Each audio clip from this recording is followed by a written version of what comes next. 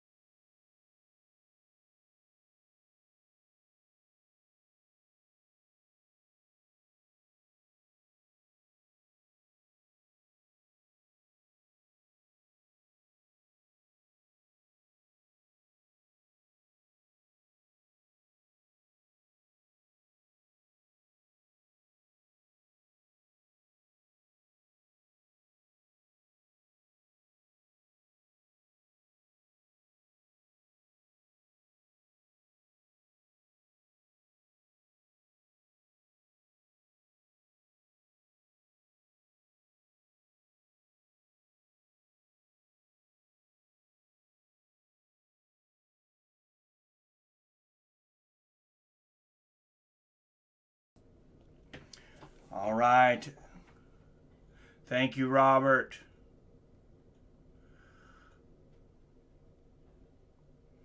All right. Thank you, Robert.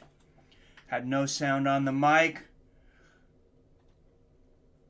That should be good now. Everybody hear me?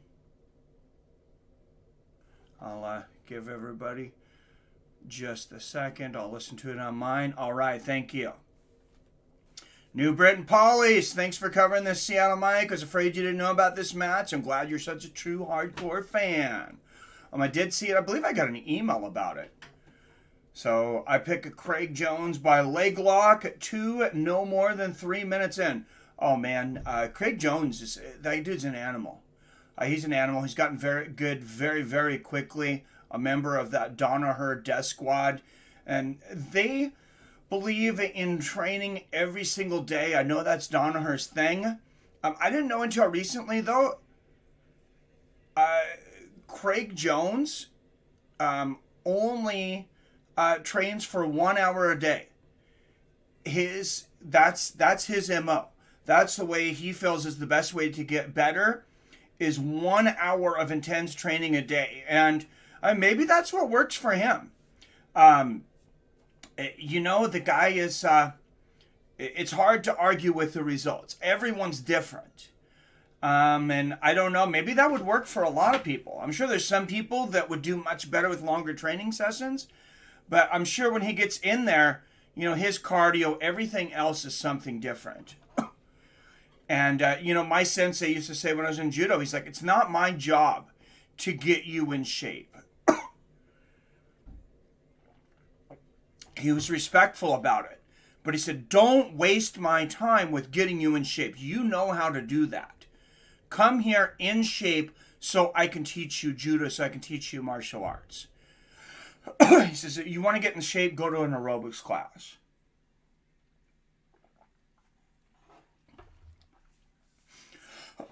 Excuse me, guys. A bit of a post-nasal drip here or something in the beginning. Where can we watch the fight? It's on UFC Fight Pass. I'm watching along on there. Uncle Chael got arrested last night for 5 counts of battery. I seen you guys post that. I didn't hear anything about it. This is the first I'm hearing of it. So unfortunately, I can't comment yet. I don't know. I don't want to be wrong, but from what I heard, someone mouthed off to his wife. Chael seems like a cool, collected guy. I really don't think he would attack or do anything to somebody that was insulting him. But if someone was starting to get physical with his wife, yeah, I could see him standing up for her. I know what happened. He actually broke a woman's nose who attacked his wife. What's up, Patrick Berry? I don't know. Yeah, I haven't had a chance to look into it. I will hear while we're talking, actually. But did you hear that? That, Patrick, is everything I'm seeing on Twitter says the opposite. I would like a link if you have one, please. I don't know for sure, but that's just what I'm seeing. No inside info on my part. Doesn't seem my type of guy that would hit a woman in the face. I've met him a couple of times. Oh, nice, J-Dick. But I could be wrong. He's a guy that, I would love to talk to. I mean, it wouldn't have to be an interview on the show, but I would just love to sit down and talk to Chael, pick his mind, just, shoot the breeze. He's an interesting guy. Go search his name on Twitter. Quite a bit of stuff comes up. Emil Marion. Is the fight still going on? Other time zone? And want to check. The event's just starting. It's a 16-man tournament. It's called the Featherweights Combat Jiu Jitsu Worlds. And then there are 2 super fights. I don't know how many of those fights are going to be tonight. But there's going to be 2 super fights. Donald Cerrone taking on Craig Jones. And then Rashad Evans is making his combat jiu-jitsu debut, taking on Ryan Aitken, I think is how you say his name. What's up, Baptiste Perrier? I'm not sure about links. I know it's on Fight Pass. So I think you can still get like a 7 or 30-day free trial to Fight Pass. I don't know. I've had it for a while. I never canceled it when everybody else canceled it for ESPN Plus. I just kept both. Yo, Mike, how can I watch? Plus, can't hear you. UFC Fight Pass, like I had said. Fixed. All right, I was behind in chat, but caught up quickly. Love the intro. Thank you, PBR. Hey, does anyone have the link? I asked about the link in our group on Facebook. Can you guys help me, please? Help me, please. Yeah, go to the Facebook thing. Please don't put it in here, guys, but if somebody can go to Facebook link or email him, that's up to you guys. I just really can't encourage it on here. Search Twitter. I forgot what account. It was somebody was saying they talked to Chael, and any normal human would have done what he did. Supposedly they're mouthing off to his wife. What time is Cerrone and Jones? I'm not sure because I couldn't even find I couldn't find the fight card for this. I looked on Tapology. I looked on SureDog. I looked on MMAfighting.com. I guess I didn't look on BJPen.com. The card's not on the UFC Fight Pass, so I've been hoping that they're going to announce it here on the show. So I don't know how many matches there are beforehand. Where do you watch this? UFC Fight Pass. $10 a month, guys, and I'm pretty sure you can get a free trial, 7 days or 30 days. I have the links. All right, thank you. I just realized I didn't say hello. How you doing? Hey, hello. Hello, sir. All right, thank you. Thank you for the info. Here's the rule. Striking, if one or both combatants are grounded, open palm strikes to body, head, and face are legal. I got to back that up for me because I wasn't paying attention. So 1 minute max for standing grappling. After 1 minute, referee will stop action. Coin flip will decide who takes position. Butterfly guard with underhooks, top position. 1 10-minute regulation round. 3 maximum EBI overtime rounds. No strikes allowed in overtime. This is actually my first combat jiu-jitsu that I've watched. We did a SUG on here. I've watched a few of the submission undergrounds. And I've watched some of the Eddie Bravo Invitational. But this brought to you by the International Combat Jiu-Jitsu Federation. Hey. Where can I stream? It is on UFC Fight Pass. I can't share any info on here, guys. But if you go over to the if you go to the Fights with Friends Facebook group, I'm not real worried about getting issues over there, and I really don't think they're going to go after me. I'm just trying not to get in trouble with YouTube, of course. So I'll put up a link for anybody that wants to join the group, and then you guys can, do whatever you decide to do, and I'll be none the wiser.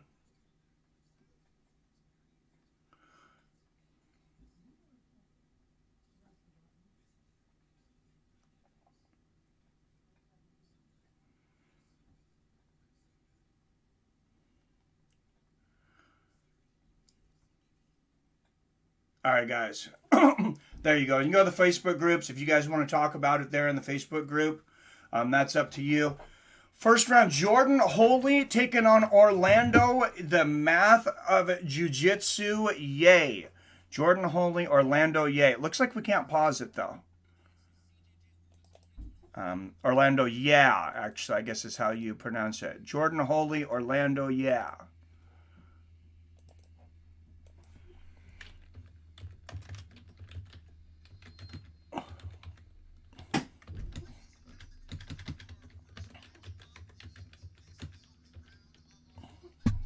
All right, first 1 10-minute round to start out with. If there is no finish, they will go to an overtime. The overtime rules are a bit difficult to explain, honestly, but it's pretty fun.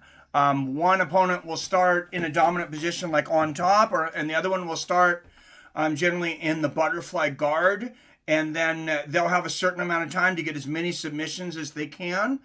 Then they'll switch or get a submission as fast as they can. Mike Beltran, referee for this one. How can I send a PM? Joined. Thanks, brother. Thanks, Josh. It's not on correct. All right, here we go. 10 minutes. All right, here we go. Jordan Holy in the all black and red with the Jesus stamp on his rear end. Orlando, yeah, with the on Team Cruise with the beige top and the black shorts. Now they will not be able to strike until they're on the ground. Oh, there's a roll! Wow, great roll there from Holy, but Orlando, yeah, ends up on top. Orlando, yeah, with the open guard here. Looking for the butterfly guard. Oh, he's bringing his left heel up over the head. He's got an arm.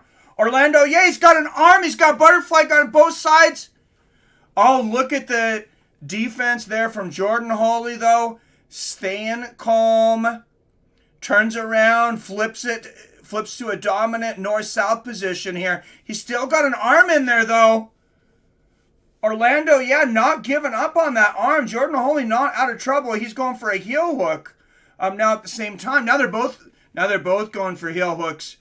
Sometimes with the heel hooks, this can be a speed test to who can get to it first. If they got the position, but and he got it, Jordan Holy.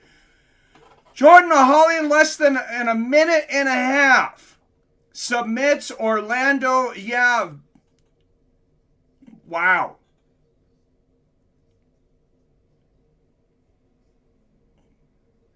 Wow, Jordan Holy winning his first match in this tournament of 16. What a move. I don't know if bouts are scheduled in any order. How many matches before Jones and Cowboys? I do not know. Oh, how can I join the group? Send a request. I'll look on here because I'll have to accept it.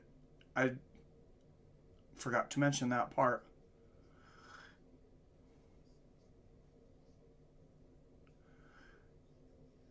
Okay, I see you guys talking, Vitor and Josh in the chat.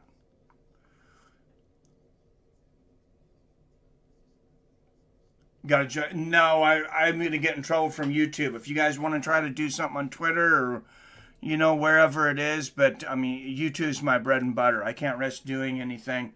I shouldn't even really be talking about it.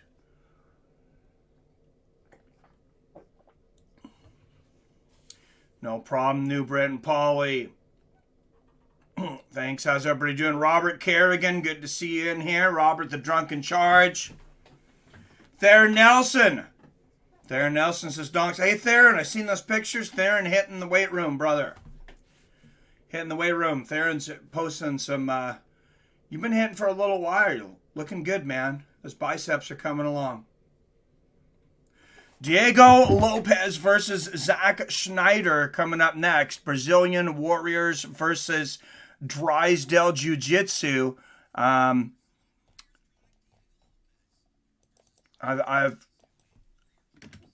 I've had Robert Drysdale on the show. He actually just sent me a copy of his new book, Open Guard.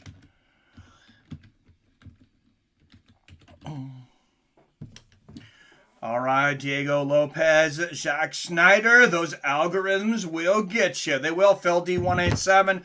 32 up in here watching for this Combo Jiu-Jitsu crowd. I say that we have the most hardcore community in all of YouTube MMA. And I think we're right. I don't think anybody else is running. I don't even know if any other channels are running this for a reaction. But yeah, you guys are out here. I just had a feeling that you guys would probably like the Zach Schneider coming out of the Drysdale group. I know he's trained in my area here in my hometown of Lake Stevens. They have a Zenith training camp. Robert Drysdale. I'll actually be over training with them a little bit, training with a couple places as I'm working on getting my skills back up to become a referee judge in MMA. You have to be able to recognize all the different submissions and things, and I'm pretty rusty. I'm new to YouTube chats. Well, welcome, Baptiste. Appreciate you. Hello, Don. All right, guys. For those that are new, I do MMA major boxing organizations, the pay-per-view, about 46, 48 weeks a year.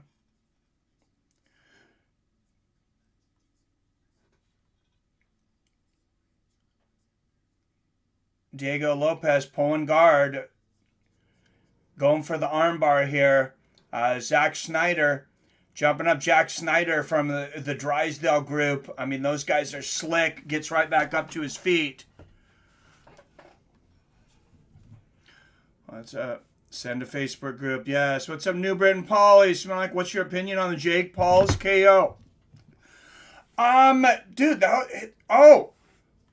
look at this for Schneider. Goes for an Ochigari from the outside for a little judo sweep there. Ends up with the back here. Schneider can get a submission. He's going for the sleeper. This is the sleeper I was talking about. Don't worry about going under the neck. He gets it. Boom. Zach Schneider. If there's one thing, remember, you're ever attacked in a fight, if you can get the choke and you can't get under the neck, just get the choke. Hold it there. Wrap your other hand back behind like you're flipping somebody off.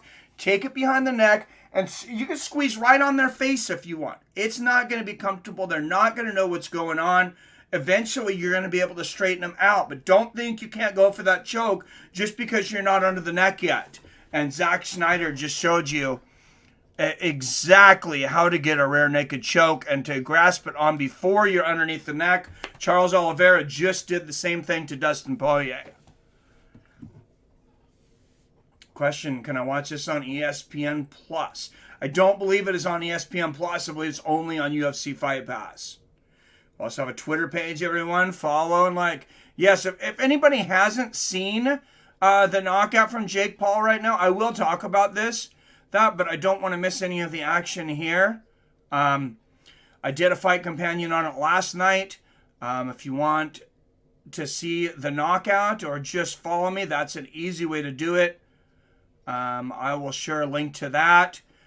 It's a good Twitter page to follow anyways because I've been posting all of the finishes, all of the finishes over there to basically all the fights that we watch. There's the Twitter link. Thank you, Robert. And actually, I said that and I missed that one and I should have got it. They're not showing replays yet, though. Beautiful over chin. I'm going to start calling that the over chin rear naked. Kim Terra and Chris Lencino coming up. Terra Association versus Sunshine Athletics.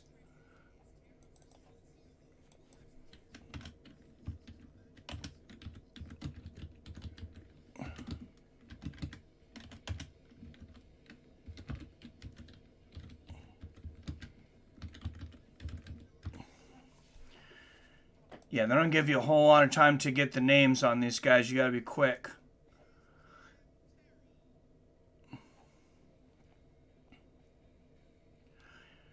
Kim, Tara, Chris, Tonsoni. Not a lot of pageantry introducing the matches in this kind of jiu-jitsu worlds, and that.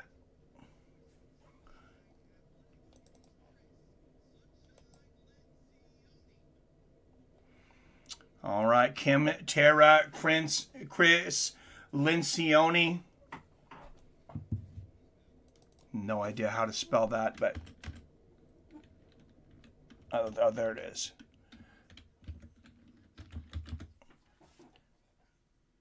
All right, guys, match 3. Kim Tara on the black with the bait. Oh, look at the guillotine attempt here from Lincione early from standing. Oh, wow, he's got the other hand around. He might have this. I would be very surprised to see him get this guillotine from standing. Tara, he's going to get him up and slam, and he's going to roll him over here. Oh, and there's the slaps from the bottom. Lincione, they can strike while they're on the bottom. Oh, look at the armbar attempt. Lincione, I thought he had it. That was a quick armbar attempt.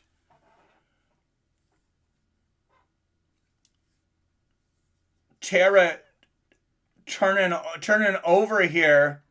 He's got a butterfly around the waist of Lincione, but he actually gave up the beta. I'll call it the beta north-south position, and now Lincione's got the back. Wow, what a back and forth early here.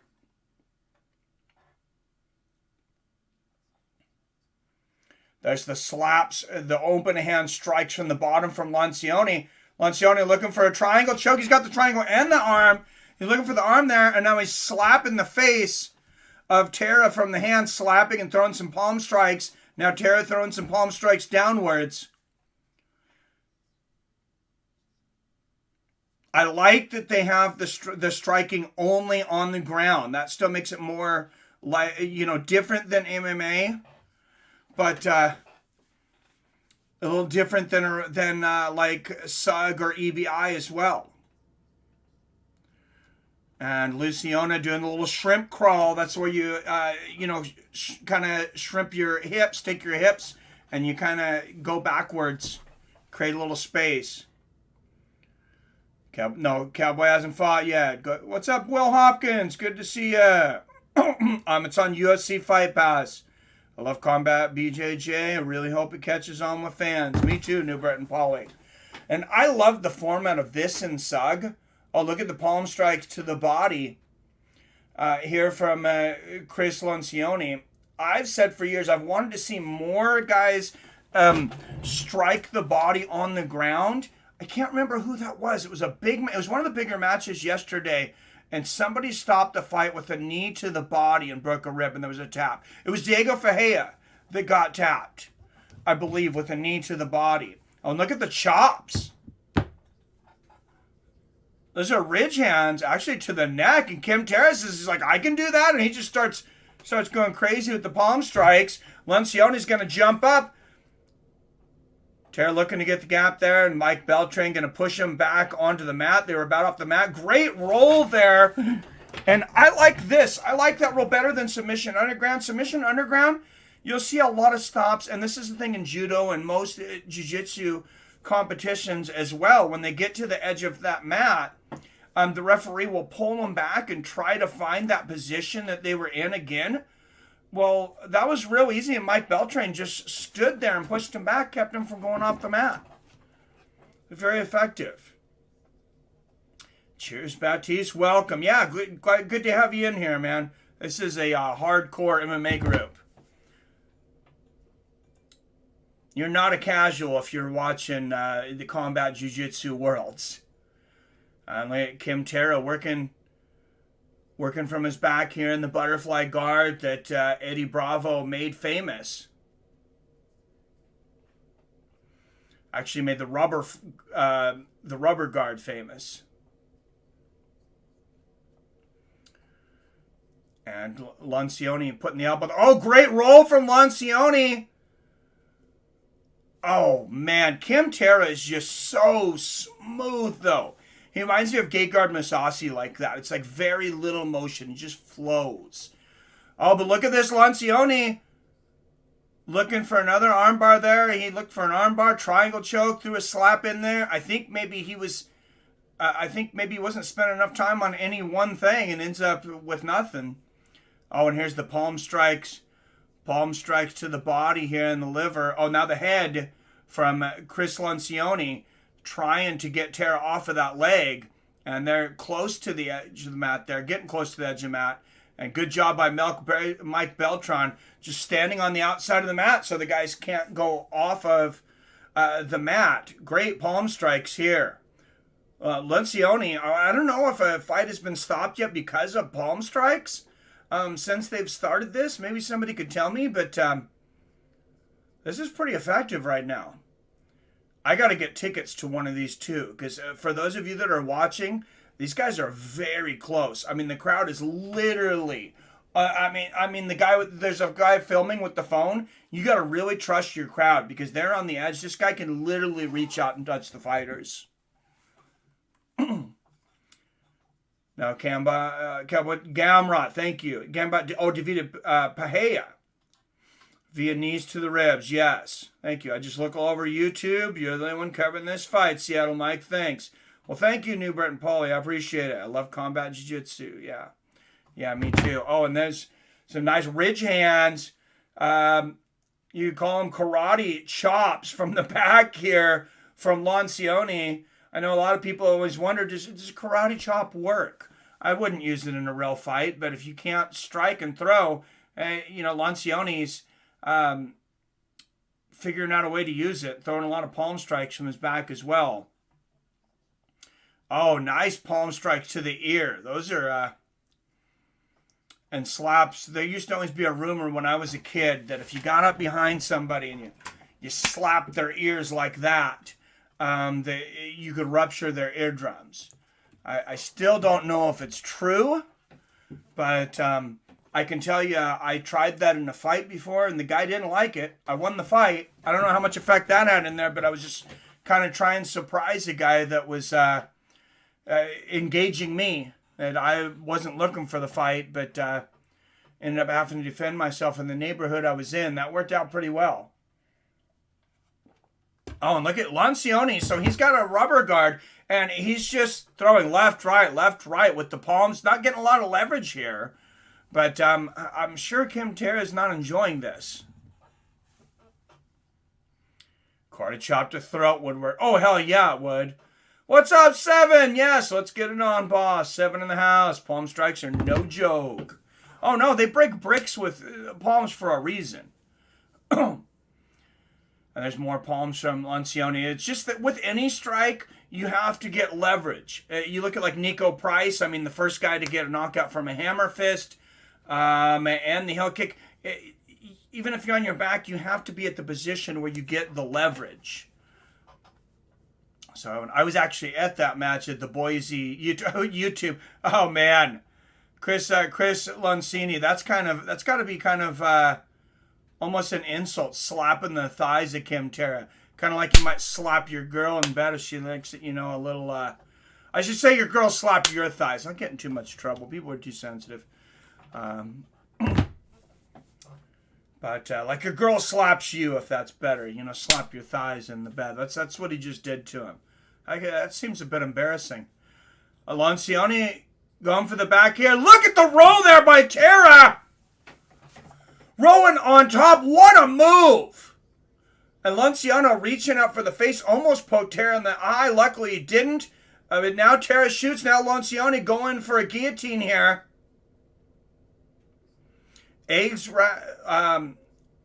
Got the legs wrapped up here. Fast and furious action in the first early matches here at Eddie Bravo's Combat Jiu-Jitsu Worlds. Still to come tonight, Former light heavyweight champion in the UFC, Rashad Evans, taking on Ryan Aitken. And, of course, Donald Cowboy Cerrone taking on the Jiu Jitsu master, Craig Jones. Hey, Mike, you've been in a lot of fights. Was it competition, or did you have the rough upbringing? Oh, I had a pretty rough upbringing. We grew up in an area where a lot of people thought they were gangsters, because I was 2 blocks from the Walla Walla State Penitentiary. That's where I grew up. My parents, when I was in 4th grade, moved to a trailer park 2 blocks from a terrifying trailer park. If you go to look at it, honestly, now it doesn't look like a safe place, but about 2 blocks from the state penitentiary. Yeah, we got in a lot of fights at that school, because a lot of the kids that I went to school with, their parents or uncles or whatever were in the penitentiary. And Lincione now just slapping the ass of Kim Terra here. And we're going to head to overtime. Little different rules here for overtime. But, I mean, I would have not gone into MMA most likely if it hadn't been, for being bullied the way that I was. I mean, I was really young and I was awkward and a target, to be honest, when I was a kid. And I just happened to grow up in a place where a lot of kids liked bullying other kids because their lives at home sucked. All right, so we're going to start this out. Lincione starting with the guard here. If you're not watching, Kim Terra starting in the sitting position. So this is kind of similar to what they do in wrestling with the one guy on top, one guy on the bottom. But Lincione actually gets his neck. He gets his hand close to the neck here to start out with.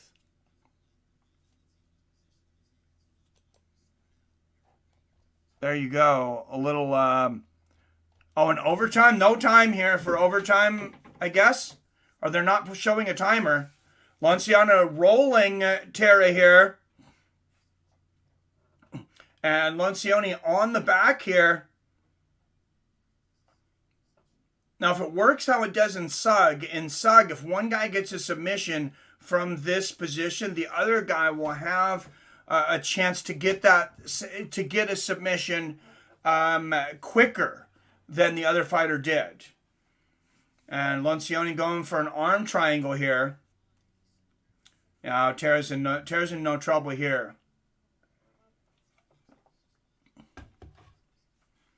Sorry, can't put any links. Oh, yeah, Boss Rutan had some badass palm strikes. When's Cowboy going? I'm not completely sure, because if anybody can find a schedule of this online, please send it to me, or please let me know where to go, because I cannot find a schedule of these fights anywhere. I know, when I competed, there wasn't a whole lot of stuff online when I was in judo, but usually we didn't know the matches until we show up. They'd be written on a board. You would know your opponents, and the order, which a lot of times was kind of random. Sometimes it was ranked. But Lincione still working on this arm triangle here. Terra looking pretty tired here. Puts his thumb up saying, I'm okay.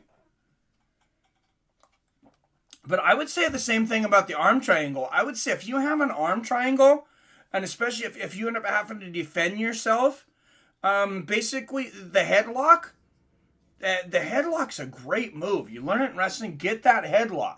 Get the headlock and sink it in, and you could get and first overtime is over. So ride time done for Lincione. Now Kim Terra will start with hooks in.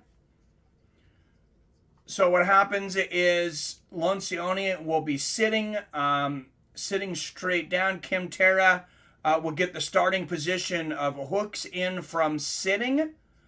And then he can put his hands down basically about the shoulders of Lincione. He can't just sink into the neck. Oh, Lincione, what a move. Grabs the head, rolls over. Oh, look at this. Kim Terra turns him over into an arm triangle, though. And Linciane's out, but what a roll there from Terra. Wow, Kim Terra turned that to the dominant position. Easy. That's not easy to do. To have a good jiu-jitsu artist start with their hooks around you sitting, and you just almost immediately turn that position. Let's see if Terra can do it, though. He's got that head and arm. Everybody all week, if I knew about any match, it was this one that people were saying they expected this to be the most competitive fight of the night here. And we're in the second overtime here. And there we go. Second overtime is over. I believe we will go to a third. But they are going to look at ride time.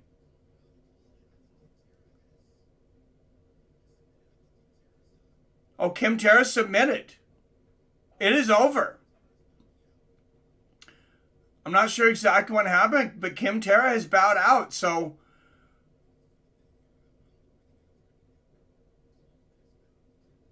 must have been some sort of injury, possibly.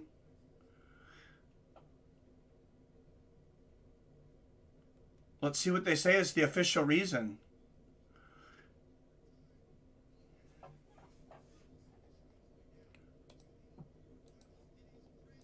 Verbal submission from Kim Terra. Chris Lincione from Sunshine Athletics gets the win in overtime. What's up, Josh? Hey, good to see you, man. So somebody was talking about the Jake Paul Tyron Woodley fight from last night. When I was watching and I heard it, that was not a fake punch. That was a crazy overhand right. What some people were watching today, and I didn't even give it a second thought last night, was the fact that Paul drops his left hand right before Woodley drops his left hand right before Paul throws the right. Now, Paul ducked down like he was going to throw to the body as you're watching. And like I said, I put the replay on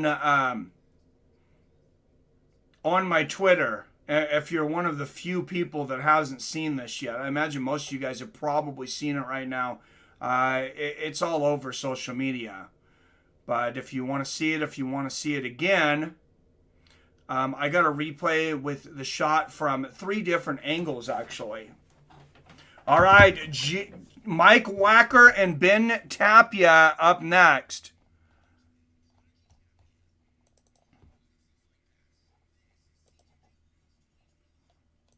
All right, Mike Wacker, Ben Tapia, Black Hole Jiu Jitsu and MMA.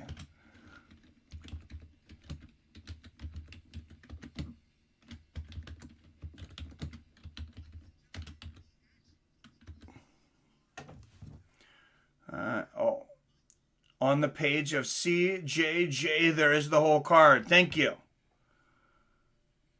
I will check it out. Appreciate that.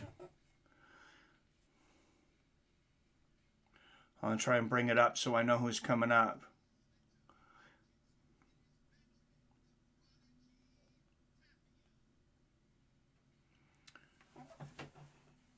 The Prodigy Tapia, Mike Wacker here. Mike Beltran will be the referee.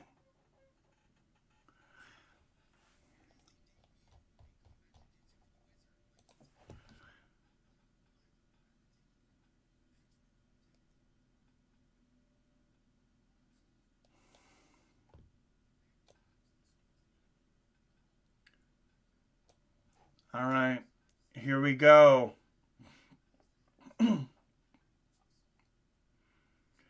And yes, a lot of people have been excited about watching Mike Wacker.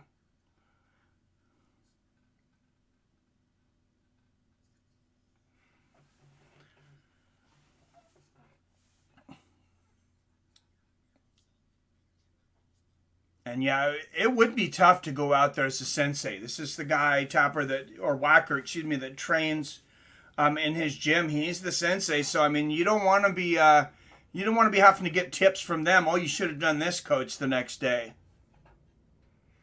Start to get some big people with some big heads. Oh, and I just realized this is not 5 minutes left. 9 minutes left. There we go. If that was fake, they did a hell of a job of selling it, right? Woodley parked the flat-footed, dropped his guard as if submitting to a KO. Well, he did make a takedown too. Well, you could see Jake was definitely looking towards the body to go for that body shot, and then you see Woodley kind of drops his elbow. I guess as if to be ready to block the body.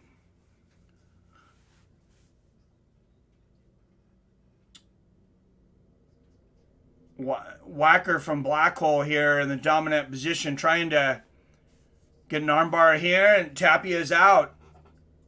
Good move there from Tapia. Gives Wacker a little whack. A little slap. Yeah, I don't think it was fake, and I was very skeptical a lot of the Paul's fights until then. I'm still very skeptical of Triller. These are on Showtime pay-per-view. I just don't see how Showtime, that would be beneficial to them to put on fake fights. It'd just be so much at risk. And Tapia trying to pass the guard of Wacker here. Wacker with the open guard, a little slap there from Tapia. Makes these matches a little more interesting with the open hand strikes.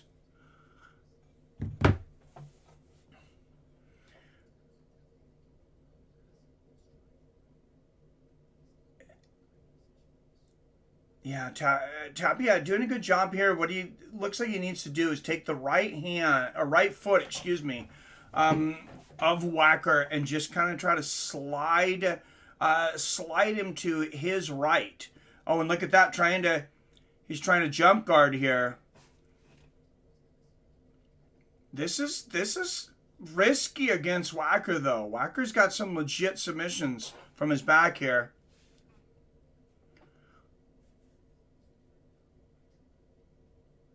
Got the close guard here from Mike Wacker, throwing little palm strikes on the side of the head. That's one of the most effective places, I would say, for those palm strikes. It's right on the ear.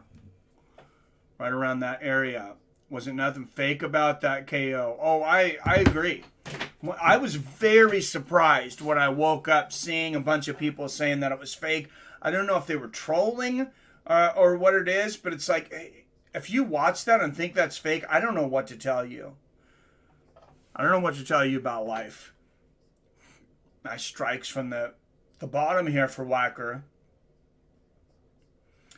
And he needs to... Yeah, the Wizard Wacker here, he needs to create a little space. He needs to shrimp crawl back and try to get that rubber guard up a little higher. See Tapia going actually with some open hand body strikes. Oh, and there it is, what I was talking about. We used to talk about as kids. They used to call it, I wasn't sure if I should say it, but this is what they called the Vietnamese ear slapper. There was an old rumor back then that during the Vietnam War, that Vietnam soldiers would sneak up behind people and slap their ears and rupture their eardrums. I have no idea if there's any truth to that at all, but I have my doubts. Fixing fights is highly illegal. They would lose so much more money by fixing fights. It's not even worth it to them. No, I completely agree. Oh, nice palm strikes there from Tapia. If you can get the motion and the leverage with those strikes to the body, I think we're going to start seeing more of them in MMA, honestly, and more stoppages from body shots on the ground like we've seen yesterday from Mati's Gamrot over Diego Ferreira. Landed a knee on the ground and beat Diego by verbal tap. I'm not sure if it ended up being a liver shot or a broken rib, but he took Ferreira out with a knee to the body on the ground. Only the slick here, Mike Wacker he's trying to pull Tapia in from the ground, trying to get that, wrap that leg up. Tapia too smart from that, though, grabbing the feet here of Wacker to try to get into open guard. Oh, nice little slap there from Tapia from the top.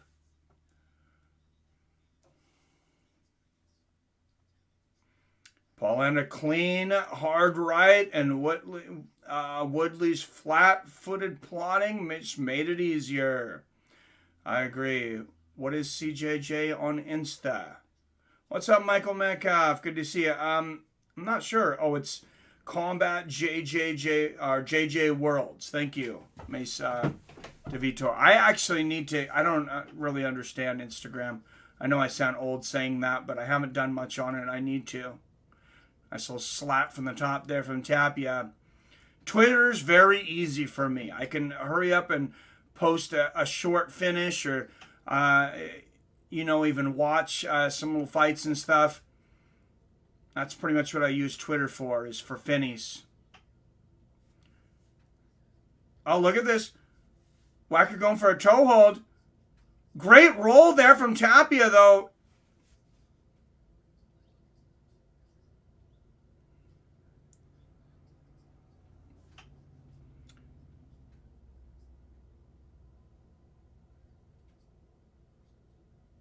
Nice move there. Nice palm strike from the ground there from Wacker. And Tapia has shown no interest in letting Wacker get back above his back, though.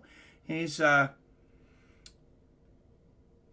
definitely been okay with standing over him.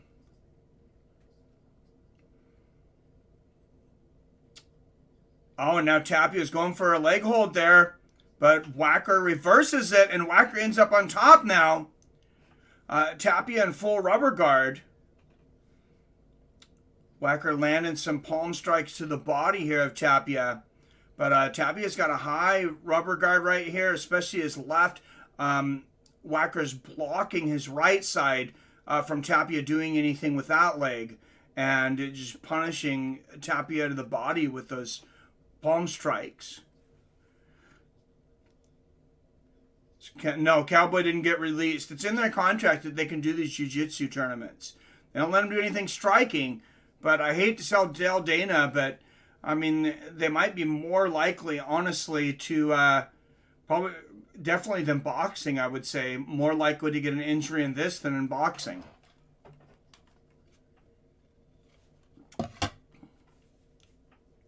Oh, and Wacker getting frustrated now, trying to pass the guard of Tapia, but he was on the other side of this for a couple minutes of this round. And now Wacker on top trying to straighten the leg out here. Look like he might be going for a leg lock, but I think he's trying anything to try to pass that guard. Oh, and there's a roll. There, Tapia starts a little Imanari roll, but Wacker backed out of there quickly. He wasn't having any of it. 1 minute left in regulation.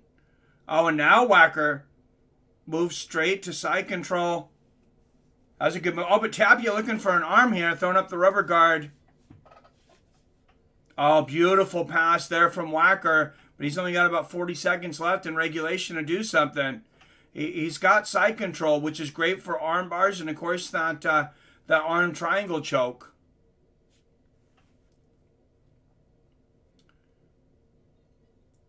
Wacker, solid dude. Let's go, kid. Oh, nice palm strike from the top there. From Wacker, and Wacker going for an ankle lock with just seconds left. Oh, nice slaps there from Wacker.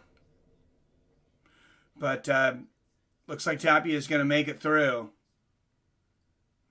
Yeah, good defense here from Tapia. Wacker slapping him, trying to get him to let go. But, and there it is. That is the end of regulation for this one.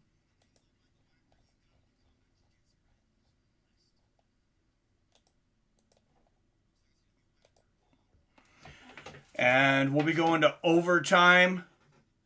They haven't put a clock up for overtime, so I honestly don't even know how long it is. I guess I'll put a 5-minute time up. So no palm strikes in OT. Those are EBI rules. So we'll see how long these overtimes are. A guy who ruptured dude's eardrums from open hand slap. Yeah, I was just talking about that, King James, that was a big rumor back in the day that it was fairly easy to do that.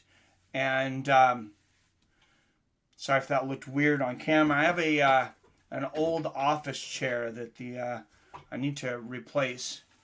It keeps on wearing down and sinking down on me though a little bit. Tapia is trying to whack her off.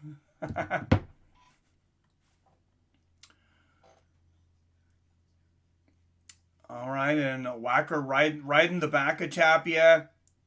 Got the back with the guard in here. We'll see if he can do anything with it. Last match was the first match to go to regulation. And then double overtime, we ended up getting a verbal submission. Still don't know exactly what happened. And Wacker doing a good job of riding Tapia here. He's going to get ride time. If there's no submission, this ride time will come into play later on if they make it through regulation. And, I mean, he's been riding Tapia pretty much this whole regulation. He's had hooks in, not able to get the submission. But just two really evenly matched guys. And it's like, Wacker's up a little high on him, too. He needs to either shrimp call backwards or push Tapia back. Maybe a little bit of both. As you shrimp call, just push on Tapia's head to try to push him back and create some space. Try to get underneath that neck. It's easier said than done, though. All right. And going to the bottom of the first half of overtime here. I think it's about 5 minutes for both. I guess they're going to switch positions. And now Tapia will start with hooks in and the back of Wacker. And now he'll have a couple minutes to try to get a submission. Live streams, I can watch it on PAL. I know it's on UFC Fight Pass. What's up, Jonk? Jonk, J-Dig in the house. Jonk in the house. Good to see you guys. Glad to see you guys this Sunday. Yep, it's Drake Coleman. Cowboy is still fighting against Craig Jones. And Rashad Evans has also not fought. Those guys are the super fights. All right, we go on to the second period of overtime here. No submission.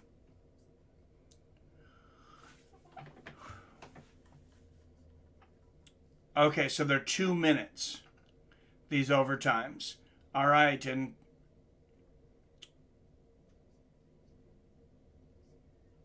Wacker back. Wacker has the back again here now, trying to get the submission on Tapia.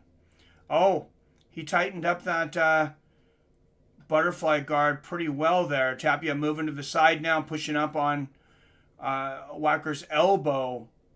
That was a good move, and a good move by Tapia to just make it to where Wacker really has no option for a submission here. Tapia's up too high. Oh, now he's going to turn and get the back there. Good move here from Wacker. If he can straighten Tapia out, moves to mount. See if he can get an arm triangle here from mount. That's going to be his best bet here for mount. Arm bars from mount are pretty rare, but the arm triangles are not so much. And that's the end of the first half of the second overtime. Yeah, UFC Fight Pass. Thank you, Robert. All right, going to be 3 periods of overtime where each fighter gets 2 minutes. They get the back for 2 minutes.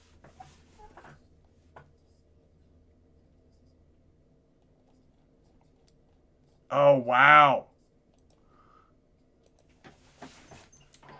Beautiful escape here. Mike Wacker already escaping the guard here from Tapia. Oh, and Tapia moves to mount. Slick move. See, that's the thing. Once they lose their ride time, then they switch to the other guy. So, overtime, top of the third now. Sorry for annoying question, but anyone know what time main event starts? No, you're not annoying at all, Cole. I'm not sure, though. Somebody had the fight card. It said it was on Instagram. Mace, are you still in here? I don't know how many matches there are until then. I know it's a 15-man tournament. So I'm not exactly sure, but we're just under an hour into this. Oh, great escape from Tapia, rolls out, and we will go to the bottom of the third here in overtime. Tapia will need the submission in these 2 minutes, or Wacker will go on because he had more ride time. Look at that! Mike Wacker, the wizard, escaping there in about 10 seconds, just flips Tapia. Starts in the non-dominant position with Tapia's hooks around his waist. And, I mean, he just flipped that in like 10 seconds. That was impressive. Bless, thank you. No problem, Cole. Thanks for coming in. Did you guys hear Uncle Chael got arrested or something? Somebody was talking about that. I hadn't heard about it except from you guys. And I said I was going to look that up. I need to do that. I had a couple different apps and area report. Chael Sonnen cited for battery following alleged hotel brawl in Las Vegas.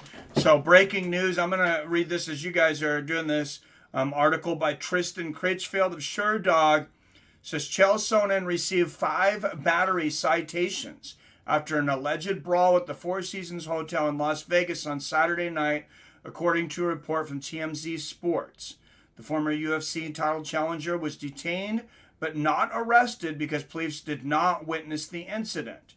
However, TMZ Sports did obtain video, of course they always do, of Sonnen being led away in handcuffs. Okay, authorities are still investigating the incident. According to an eyewitness account provided to TMZ, Sonnen was seen banging on the door of a room at the hotel at approximately 7 p.m. local time. Shortly thereafter, a couple allegedly walked by and a physical altercation began. We'll get back to this here in a minute. Keith Krikorian versus Tyson Lynn here coming up.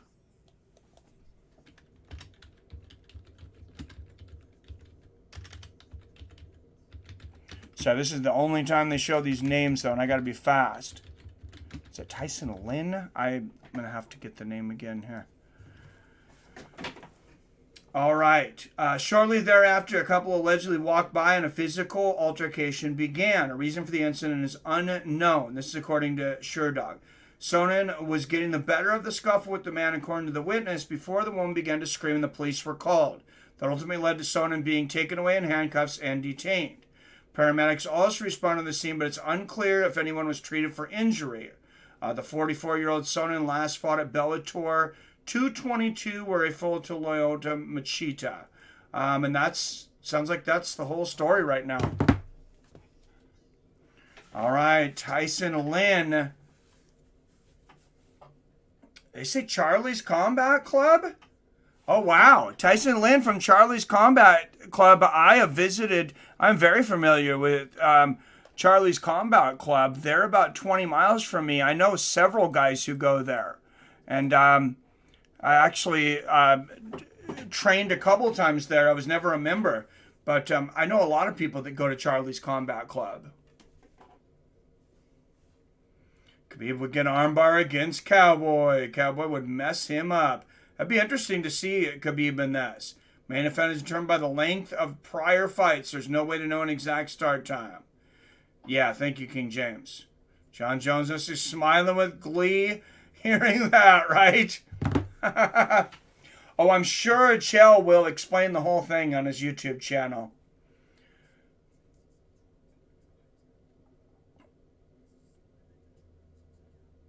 And both guys going back and forth, exchanging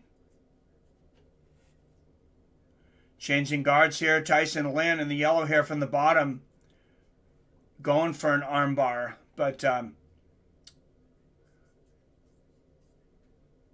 oh, look at this. Keith Krikorian passing the guard shortly, get into side control. Armbar attempt there from Tyson Lynn, looking for the omoplata, actually.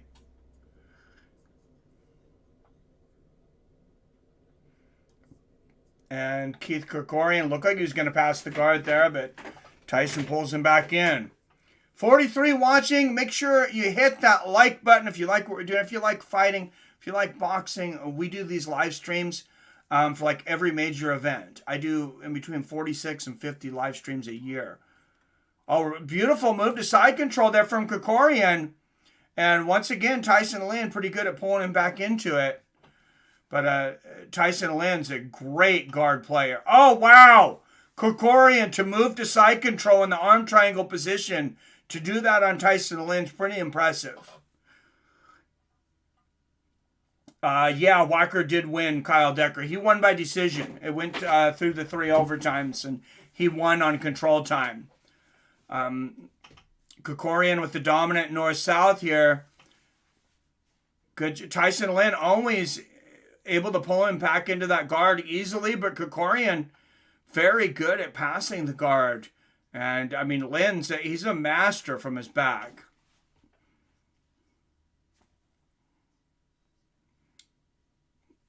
But, yeah, Wacker did win. 48 people watching. Make sure you hit that thumbs up button if you like what we do here. Like I said, combat sports.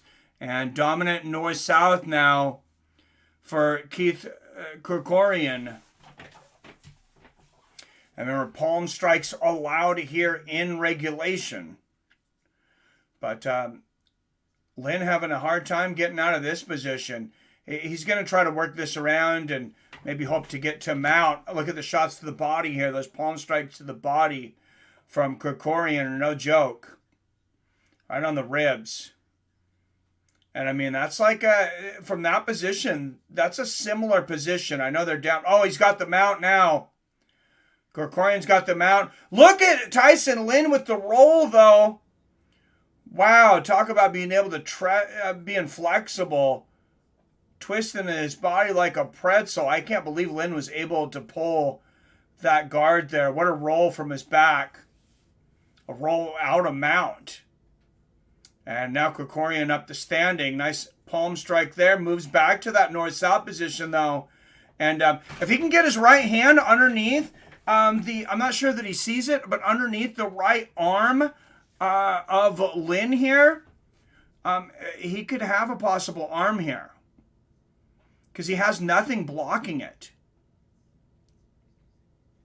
Oh, wow. I don't know that I've seen a reverse. He's doing a reverse triangle position and just sitting on the face, literally, of Tyson Lynn. But he's going to go for a triangle choke from reverse north-south position. Wow. This would be a horrible time to pass gas. Nice body strikes on the top here from Krikorian. But, and he's adding up a lot of dominant top time here. But this is a nasty position if you're Tyson Lynn. Wow, Lynn able to defend this so far, but he can't do anything. He's got no arms. He's got no arms. Krikorian's got Lynn's hips locked out for the most part. Oh, and there's a couple of nice body strikes. That actually gave Lynn a little space to move, though.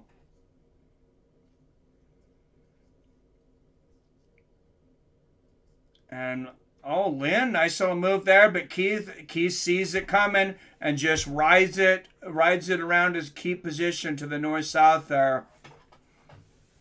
Wow, Krikorian is just, I mean, he is a master at controlling his opponent on the ground. Because, I mean, Lynn's rubber guard is pretty famous. Oh, going for the heel hook here. Oh, he's got it. I think Krikorian's got it. Going for the leg lock. He's extending it. Oh, the knee. Oh, and Lynn able to turn out of it. Krikorian turning the other direction. Oh, my goodness. I can't believe he's out. I thought his leg was going to snap. I hate leg locks, by the way. It hurts my knee. And a scream and a tap from Lynn. And there it is. Keith Krikorian with a dominant position, submitting Tyson Lynn with the leg lock. Wow, what a performance from Keith Krikorian. That was a nasty leg lock, too. With a technical decision to blow a fart right in your opponent's face. A well-done fart can change the outcome of a fight. Dude, when he was sitting on his face, it was hard not to think of. I was like, oh my goodness. That was Keith Krikorian out of 10th Planet. Moving on. 10th Planet San Diego. Wow. That was impressive from Keith Krikorian. I mean, that was some very high-level position jiu-jitsu. What's up, Crypto Keepers? Is that John got here just in time? What do you think? Do you think crypto is going to respond to the stock market tomorrow, Crypto Keeper? Continue to stay...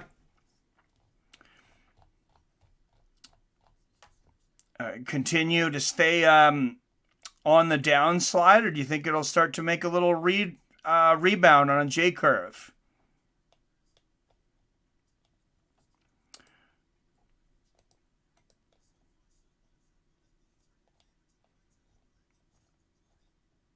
All right, guys. Sorry, just going through my screen here. I was trying to find something. There we go. All right. Got a minute finally for a sponsor, Voyager. Guys, talking of crypto, if you're looking to buy crypto, I don't know where you buy it at, Crypto Keeper, but if you're paying almost any fees at all, get over there to Voyager. They are the best, in my opinion. The fees for selling are almost nothing. Gabriel Daffron and Mikey Zindler coming up next.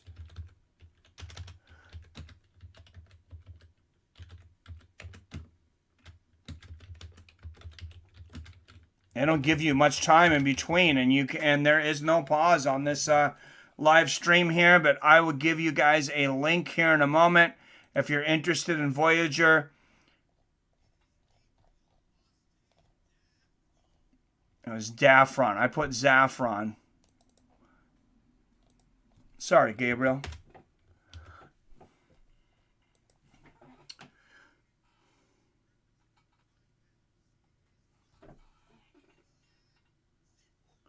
Mikey the Maniac Zindler representing Grindhouse here.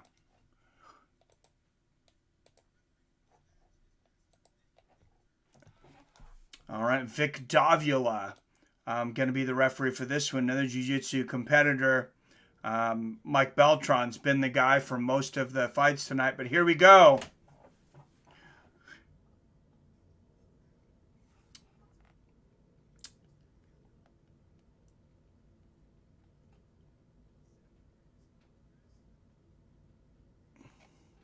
All right, guys, I got to get that link up to you for Voyager for anybody that's interested. I got to do my due diligence for our sponsors. Oh! Beautiful takedown from Daffron. Landing some nice palm strikes here. Zindler looking for the heel hook here, though. Oh! Zindler rolling 3 rolls there, 4 rolls. And Zindler still working on this leg. Getting his hand on the shoulder here. I think Daffron, if Daffron will step over, if he can step over, I think he's out. Yeah, and he does. Now grabbing the foot of Daffron there. And they are just twisted up like human pretzels right now. Good stuff here. Zindler still on this leg, though, rolling over several. Oh! Gabriel Daffron, oh my goodness, that happened so quick. Gabriel Daffron, Zindler was going for the heel hook. Daffron turns it over, gets the heel hook himself, and a quick tap from Mikey Zindler. Wow, Gabriel Daffron with a beautiful reversal. That's about as great a reversal from that position as you're going to see. Defense to offense like that.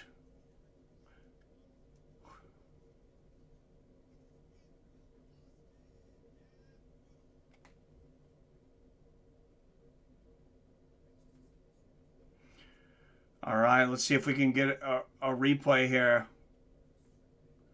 Finally, and there is the link. Go over there to Voyager. $25 in free Bitcoin when you deposit $100. Who doesn't want $100 free dollars? All right, they are gonna actually show a replay on this. And Mikey Zindler fighting for this. Look at the reversal from Daffron. Gets the leg lock and an easy submission in regulation. What a move from Gabriel Daffron. Wow, that was impressive. How many Jiu Jitsu practitioners do we have in here tonight? Crypto, you think Bitcoin will hit 100K in 2022? I do. I don't know if Crypto Keeper does, but I think it will. I think it's going to hit a certain point, and then there's a possibility of it stabilizing. But the money is made, obviously, in the turmoil. Laird Anderson taking on David Weintraub up next.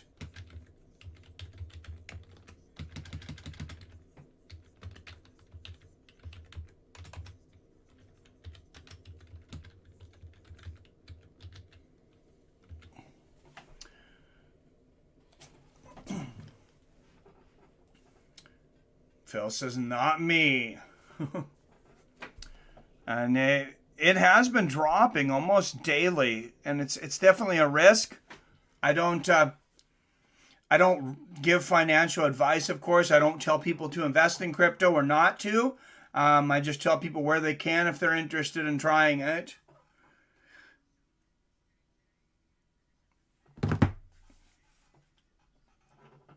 All right, representing Finishers MMA, there is David Weintraub. Make sure you hit that like button. If you're not subscribed, make sure and subscribe, guys. We have a lot of fun on this channel watching the fights together. I've made actual, friendships outside of this with several people in the chat. We have fun, have a few too many drinks sometimes. And there's even a rumor out there I've had an edible on a couple of streams. But we might have to have a couple of donations. And we even had a shoey after the Tai Tuivasa bout.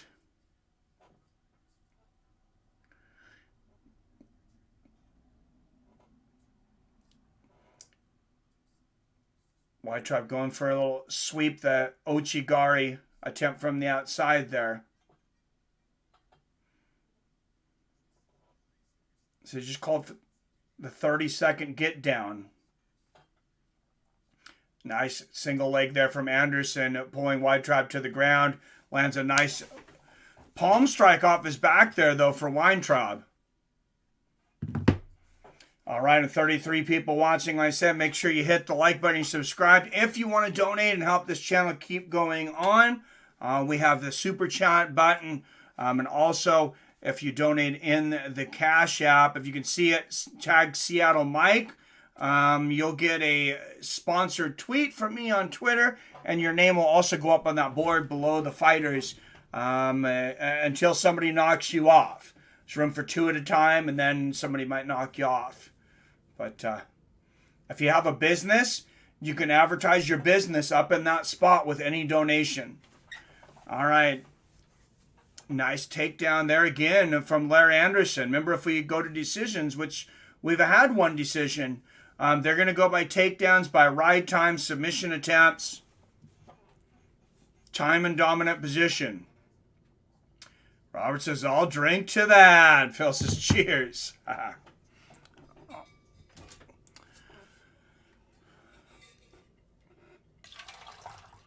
Some sirens in the background here. It's some thin walls in this arena or something, and Anderson jumps back up there. Anderson and Weintraub back in the center of the mat here.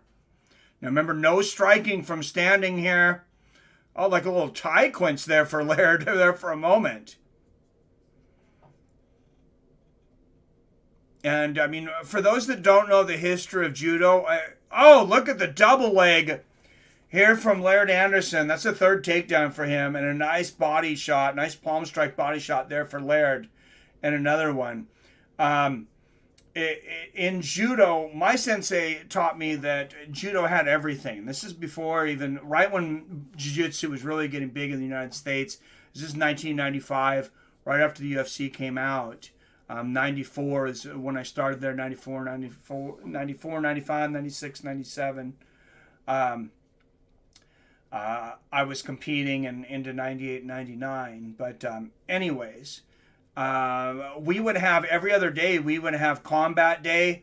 It was no gi, and we practice. Oh, what a palm strike from Anderson. That looked like an overhand right. Wow. I don't know if there has been a knockout in combat jiu-jitsu, but that was quite the strike. But we used to practice everything, though. And what he taught me was jiu-jitsu was the mother of all arts, what he taught us. And that hundreds of thousands of years back, that it had striking, it had submissions, it had takedowns and everything. So I don't know how true that is, but if he said it, he believed it. Oh, look at the Kimura attempt here for Laird Anderson, but Weintraub very aware, spinning out of that nicely. I feel like you have to pay attention to the action here, and it kind of moves faster than the UFC even does a lot of times. It's hard to look down at the chat to miss something sometimes. How long until Jones versus Cowboy? A couple of fights. I'm not sure. It depends on how long these fights go. So I'm honestly not sure, but we're an hour and 15 minutes into this card. Laird Anderson getting the ride time here. He's been dominant here in the first half of regulation. And now moving to half guard for Laird Anderson. Ben Eddy fought. Oh, hey brother, how many fights we're in? I want to say this is a 6th fight. I wasn't writing down to count, but I think it's like a 6. Ben Eddy has not fought yet. No, I didn't see him. All the markets look bearish right now. Short term, definitely 100K by the end of 2020. Next time I buy, I'll use Voyager Mike. Well, thank you, Crypto Keeper. Yeah, use it. You get $25 free in Bitcoin. And I have to let everybody know, of course, I also get $25 in free Bitcoin when you do that. Hard to say this is tournament bracket style. Yeah, it's very hard to say. Crypto Keeper, yes, you were there for the shoey. I did a shoey after the Tai Tuivasa victory. It was not as bad as I thought, but I'm sure it's still not a hygienic habit. I would have to be very thirsty to choose to drink that way. All right, and both guys rowing up. Anderson rowing up as Weintraub tried to take the dominant position, and they're back to the center of the mat. Man, I really, really start to crave competition when I watch the mats, because that's where I did most of my competition at. It's a lot of good memories. Oh, nice little palm strike there as Weintraub's rolling down there. I think he was able to look at kind of accidental. I'm not so sure it was, though. He was reaching out for Laird. Oh, nice palm strikes on the top from Laird. Several big right hands there. I don't know how close your palm has to be, but that definitely looked like a downward punch. And now Laird Anderson moving to side control here. Dominant north-south and then to side control. Oh, he flattens Weintraub out. He's got a little over 3 minutes here in regulation. We'll see if he can get an arm triangle attempt or an arm bar here. Weintraub pushing on the shoulder here of Anderson, trying to roll him and trying to make sure. Oh, and look at this. Anderson pushing Weintraub over to his belly, but Weintraub sees where it's going and rolls out. May says, oh, I think there is 2 fights left in the tournament. Thank you. Then 4 fights quarterfinal, 2 fights semifinal, then final fight plus her 2 to 4 special matches. Thank you. 1 more fight in the first round bracket. Okay, so this is a 7th fight then. Thank you, Robert.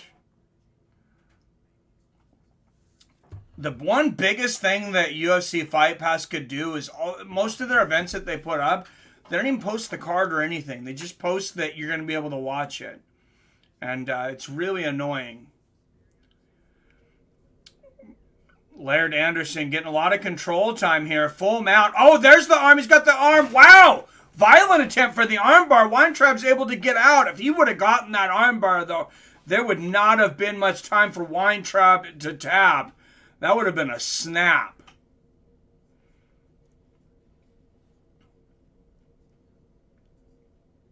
But they are back to their feet here.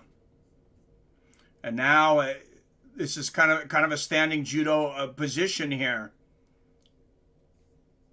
And I mean, when you have this standing jiu-jitsu, this is judo. It is no-gi judo. Everything you can do here, you can do in judo. Except for, of course, the palm strikes, the combat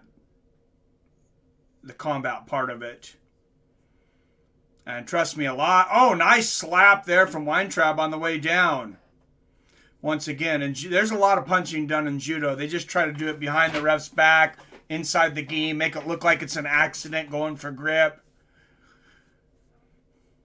Oh, nice roll for Laird Anderson. I thought he was looking for the heel hook there. A minute left in regulation. Still trying to pass the guard here again of Dave Weintraub. Oh, nice little move back to side control here. And Laird's been very dominant. Oh, great transition to north and south here for Laird Anderson. I thought he was going to go for the arm triangle there. Nice palm strikes. But I think he maybe should have held on to that arm triangle for another moment. It looked like he had a good chance at that. I'm not sure why he bailed on that. Maybe there was just something I didn't see, I guess, from this angle. And Laird Anderson immediately passing guard to side control again. Oh, there's an armbar. 14 seconds left. 13, 12. He's stretching it out. 11, 10, 9, and Weintraub 8, 7. His arms extended. 6. He has it count. Oh my God. 4, 3, 2, 1. His arm's about to snap. Oh my goodness. Wow. And this crowd is on their feet. A lot of cheers. That's one of the most exciting things you're going to see in this. Wow, a 15-second armbar attempt there for Laird Anderson. Somehow Weintraub did not tap. He was grimacing. He was yelling. He knew the time was close. Oh, man, his arm might be broken. We'll see how David Weintraub... Wow, we'll see how he performs after this. Wow. Laird Anderson definitely dominated regulation. Weintraub is going to start with the dominant position here in the first round of overtime. Combat Jiu-Jitsu Worlds has Facebook page with bracket on it. Oh, thank you, Robert. All right. So first half of the first round of overtime, Weintraub on offense. So he has hooks here. As soon as Laird Anderson is able to get out of the hooks or 2 minutes is over, whichever happens first, assuming Weintraub doesn't get a submission, we'll go to the next round. If Weintraub's able to get a submission, oh, and look at the roll here from Weintraub, get moved there. If Weintraub's able to get a submission, Laird will get another round, the bottom of the round, and he will have to get a submission quicker than Dave Weintraub does. Oh, look at that. Laird Anderson looks like he was going to spin out of it, and he is out. Great move there from Anderson, and now Laird Anderson is going to get dominant position in the bottom half of the first round of overtime. Other than hip toss, I've never participated in judo. What's up, King James? It's fun, man. Guys, Ben Eddy is a legend. Next fight is going to be lit. Thanks, good to know. Oh, King James usually speeds up after they compete. The first full bracket cuts the competition in half. Agreed. All right. And Laird Anderson with the dominant position here. He's got the body triangle. Obviously, he's going to go for the submission. He's already got a ton of dominant time. If this goes to decision, Laird is really destroying Weintraub if it ended up going to decision.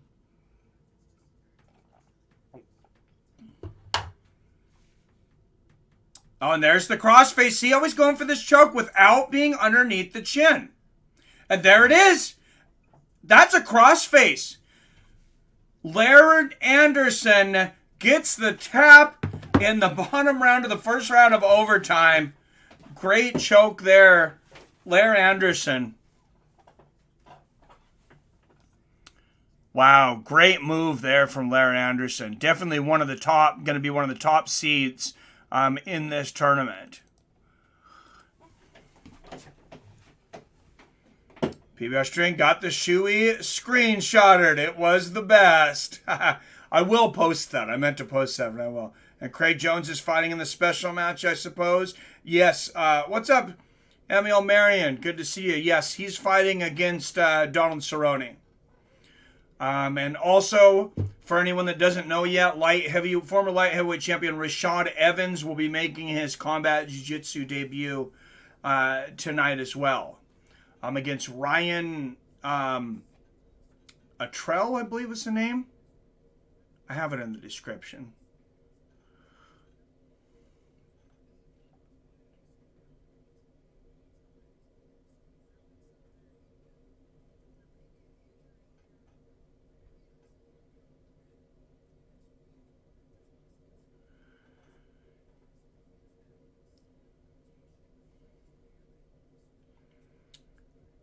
Sorry. Ryan Aitken. Rashad Evans and Ryan Aitken. Craig Jones, by the way, 51-7, 40 submissions over his jiu-jitsu career at a very high level. If you haven't seen Craig Jones compete, you're in for a treat. He's very, very good. All right, guys, don't forget to hit that like button if you like what I do here, and would love to have some more subscribers to the community. Ben Eddy is up next. Somebody was just talking about that. Ben Eddy and Dilly Massington. Out of 10th Planet Austin is Ben Eddy.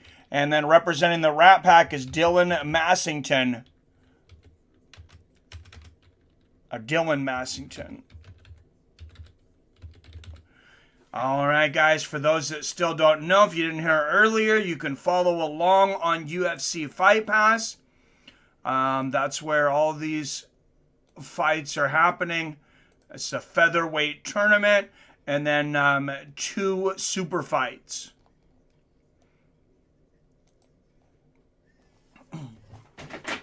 All right, Ben Eddy. This guy is slick. One of the favorites probably to win this whole tournament. Rafael was supposed to fight, but out due to passport issues. Oh, I seen he was originally on the card. I wasn't sure what happened to him. Ben Eddy is a badass. Yes, he is, Robert. Oh, is Rose doing a grappling match soon? I'm not sure. Like Chael Sonnen always says, they don't call me the bad guy for nothing. Right?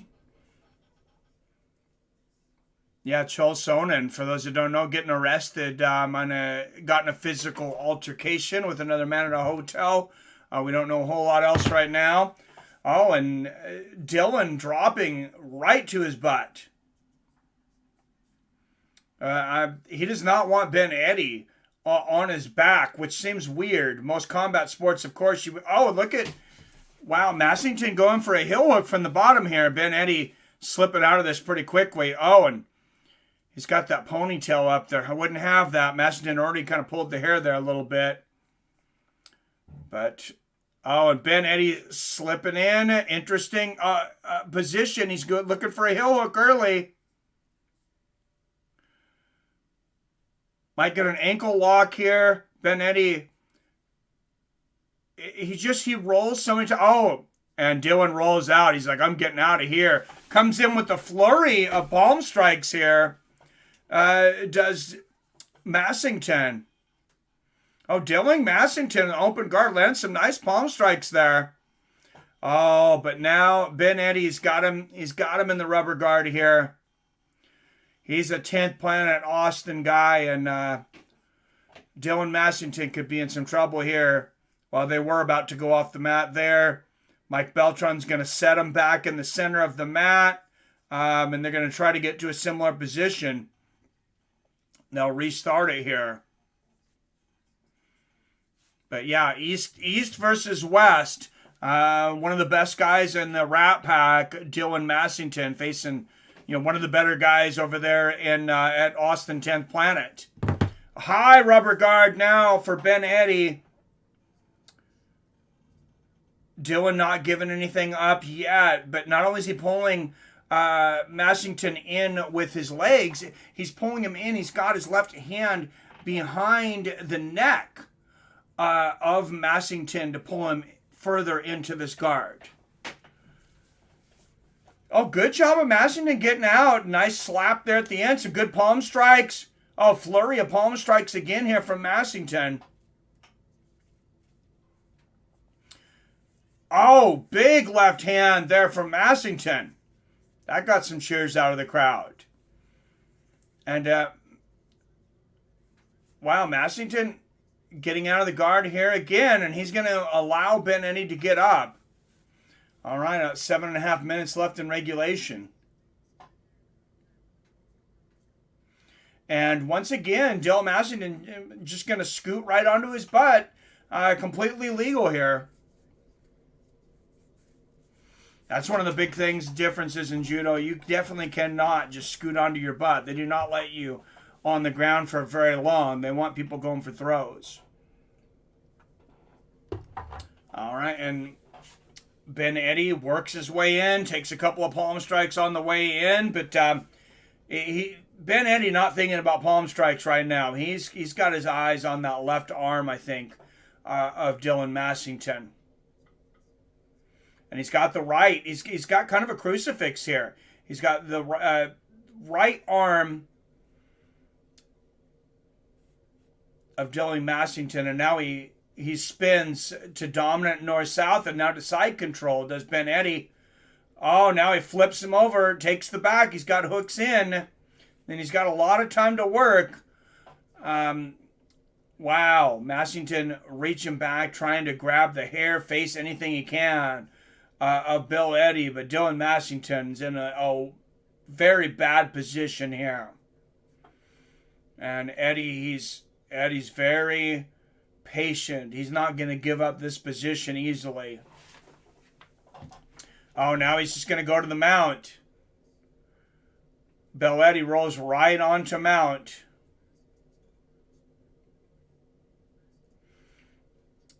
Dominant position here so far from Ben Eddy. Oh,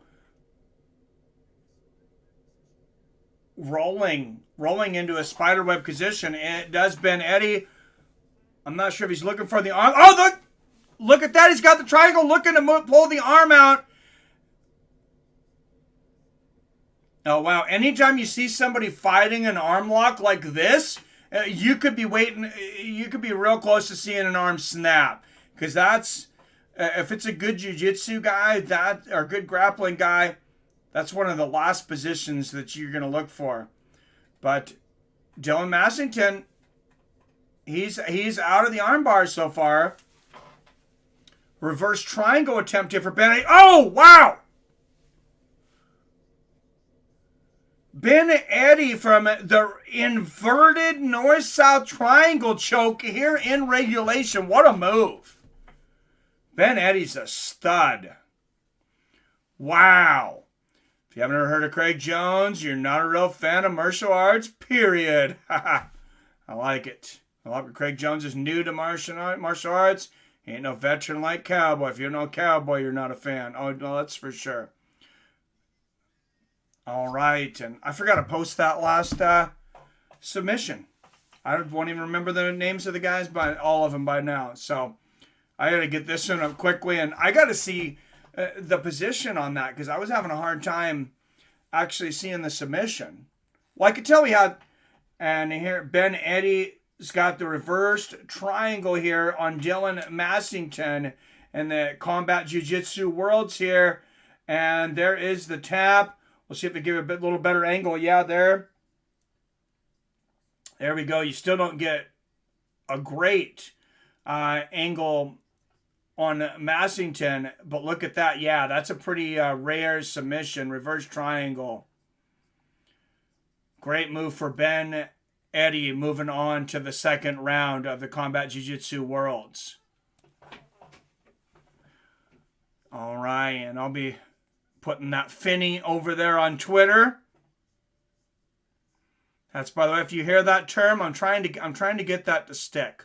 A Finny is a definition term. I guess I'm trying to create. A Finny is just a GIF of a fight pass that lasts 45 seconds or less. And you'll see most of them on my Twitter, and then on my TikTok once I get that done this week.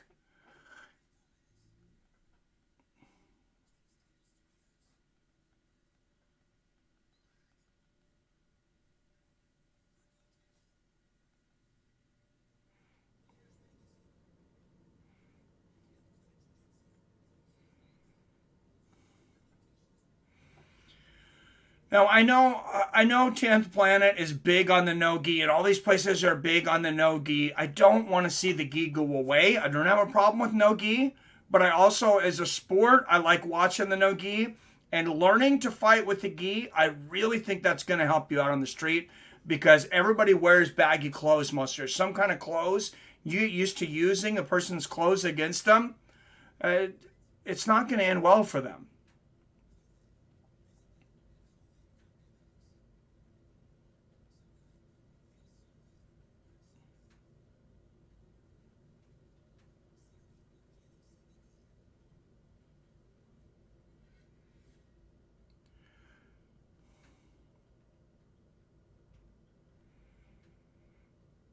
All right, moving on to the second round here of this tournament.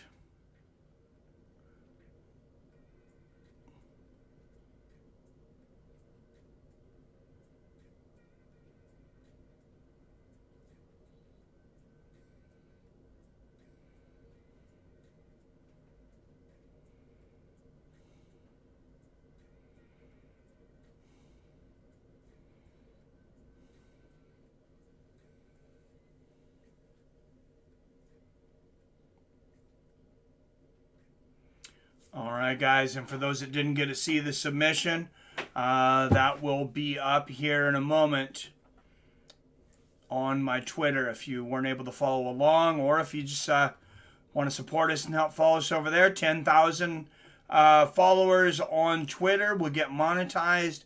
We're only about a quarter of the way there, but we'll get there. I've really just started to post a lot on Twitter in the last month, so. And as that's uploading real quick, gotta give a real quick shout out to a sponsor here. Guys, I use these guys all the time. I don't have sponsors that I wouldn't use and use proudly. And that's the Mother Truckin' Cash App. Guys, I got a link for you. A free $5. And every person who signs up for the Cash App with our link, $5 will be donated in your name to the Wounded Warrior Project. So, guys, I mean, if you support our troops, you're kind of in a situation here. You kind of have to sign up. No. Not trying to guilt trip anyone, but and then of course I have to relate to you guys. I also receive either some kind of financial benefit from all sponsors.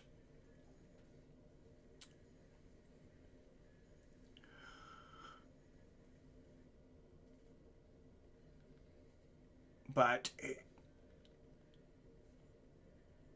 there is the link to Cash App, and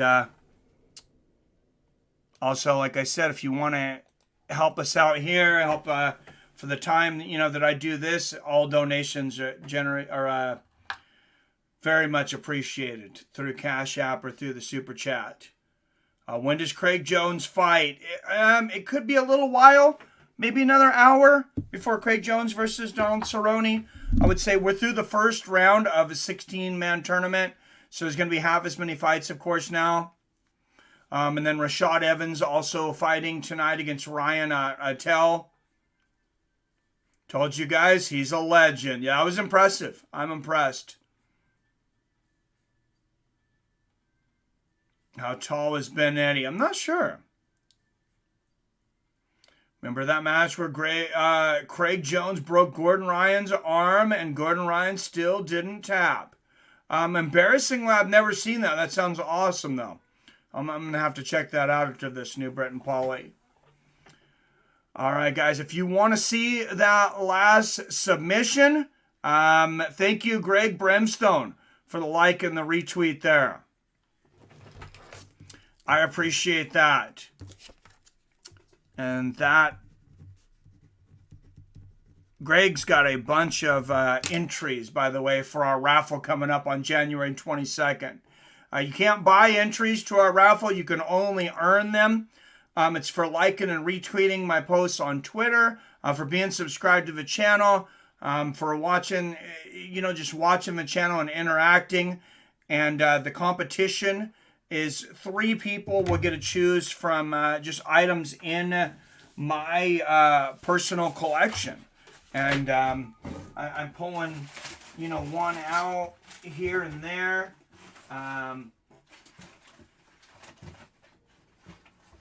Pulled a couple of them from out the other day. This one is a KO magazine from 1986.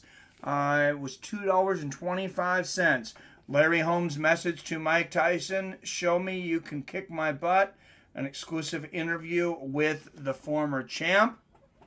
All that KO magazine. Always interesting advertisements in these.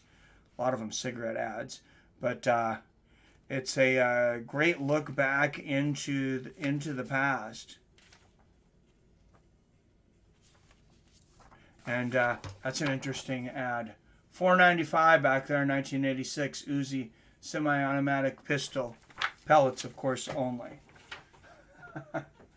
But that is one thing. So if you're a classic collector, you want to collect classic boxing magazines, that's one thing. One of my items in here also shows this is an older Wheaties box at 22 years old. And if you don't like Muhammad Ali, you can get yourself some 22-year-old Wheaties. But can't imagine you don't like Muhammad Ali.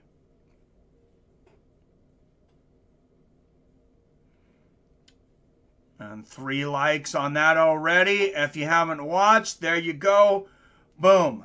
There's the submission from Ben Eddy. Yes, you are in the raffle, Robert. You get all premium members. Get extra entries. Every super chat donation, of course, every Cash App donation.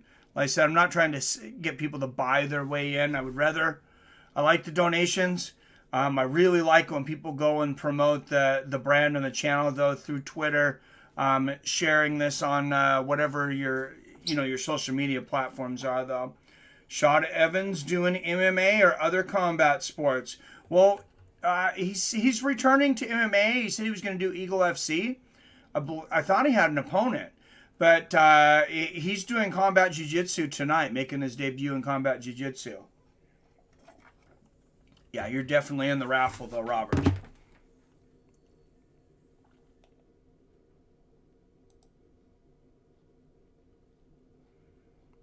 I'm trying to find... Sorry, I don't know how many of you have worked with OBS, but if you get too many things in here, you can end up losing your icons. And unfortunately, that's kind of what I did here.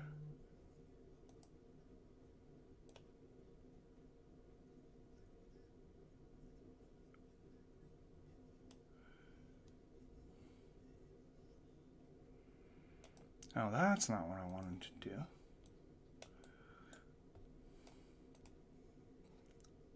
I found it.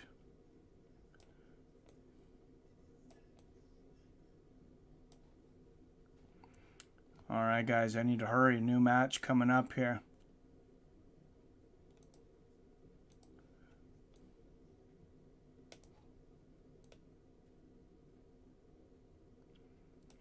For this match, shout out to our premium members, Greg Brimstone, PBR Street Gang, Arcade Chaos, Billy Hughes, Robert Kerrigan, Brock Ellery, John Coffey, Phil D187, Chef Johnson, Yippee Kaye, Thrice Great, and King Brown.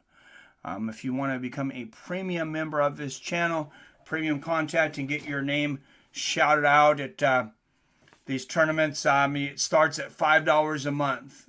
I appreciate the support. Tried an interview with the Martinez brothers. They're very cool.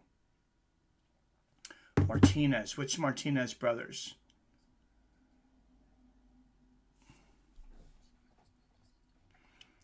All right, Jack. Schneider versus Hawley. Here again in the second round. Both guys winning their matches.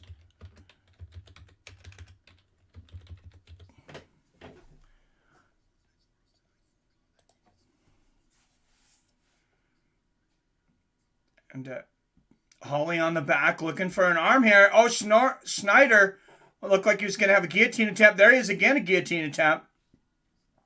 Not able to get it, though. And Hawley rolling Schneider over.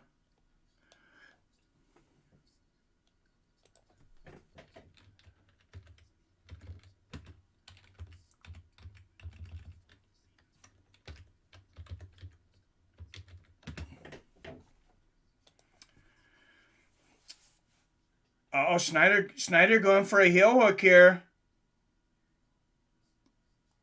Hawley doesn't seem concerned at all. So Schneider must not have, and Hawley's going to look for the other leg. He's going to look for Schneider's leg. Schneider's like, let go of my leg. I'm getting out of here. I want none of this. All right, about 8 minutes left in this round. We'll update the clock here.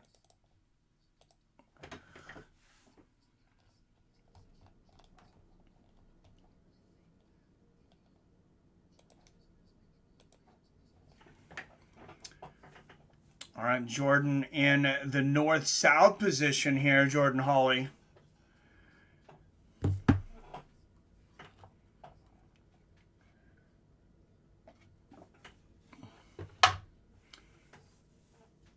Oh, beautiful. Beautiful move here, Jordan Hawley to side control.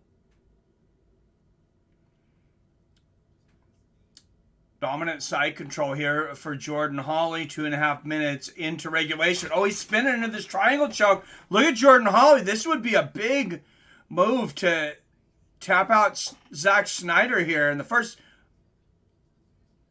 he's very close in this north and south choke. Zach Schneider, he's starting to flap around like a fish trying to get out of this.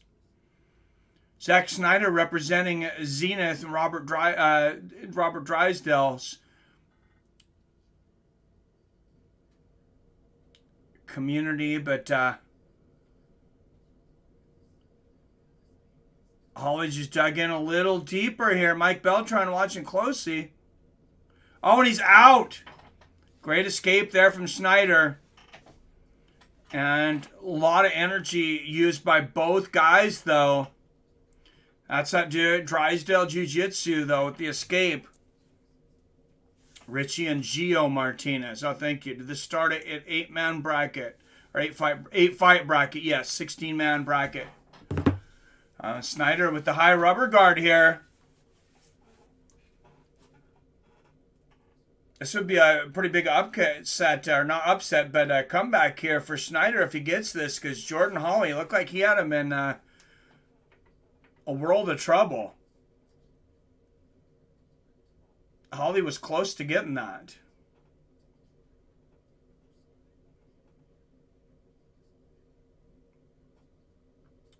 Oh, good little move from the top there from Hawley. Keeping Schneider from getting his hands up on him.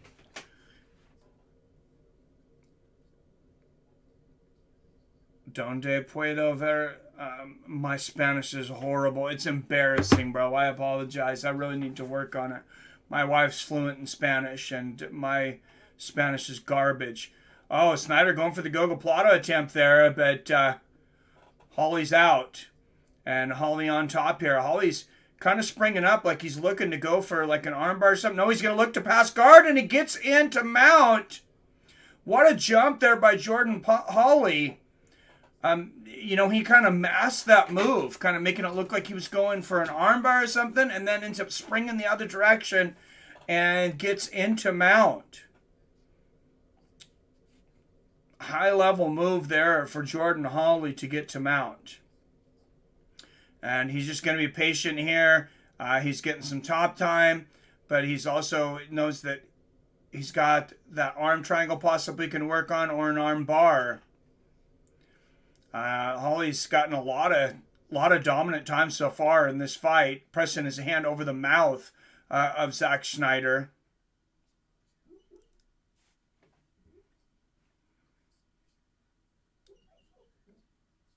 Armbar, pretty tough. Armbars are fairly rare for mount, especially when you got your hips back that way. It's going to be almost impossible. But he's 100% looking for the arm triangle. A nice little slap there from the top there for Jordan Hawley. I did not expect him to dominate Zach Schneider like this early in this fight, but he is. Another nice palm strike there from Hawley.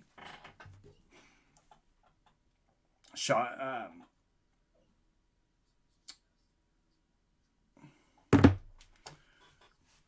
All right, and still great mount position and control here for Hawley. Another palm strike from the top here. Schneider doing a good job of, making it so Hawley can't get any further or mount a whole lot of offense.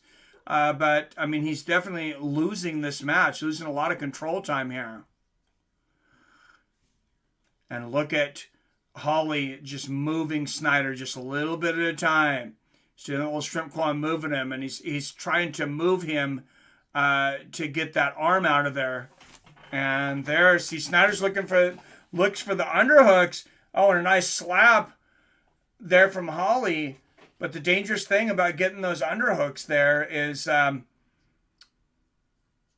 he could end up getting caught with an armbar from the top.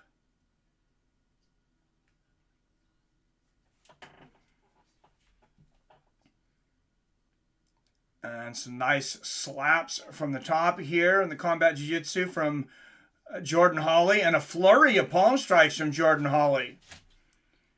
I think he's a little frustrated with the defense so far of Jordan Hawley not being able to do a whole lot, and getting these strikes in here to soften him up I think could really help him. He's got a lot of time left still.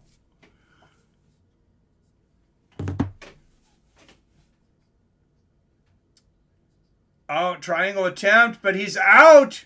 Zach Schneider, Jordan Hawley finally has to put his money where his mouth is and go for a move. And Zach Schneider easily able to roll out of there.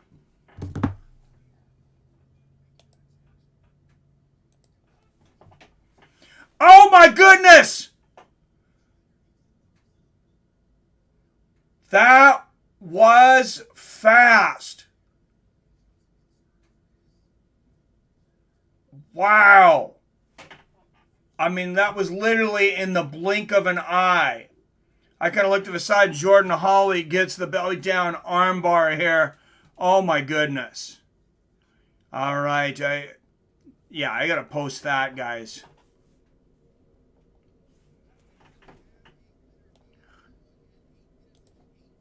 Eight minutes, 8 seconds via heel hook. Jordan Hawley. And I'm going to get the replay of this. I will post the Finny up on my Twitter.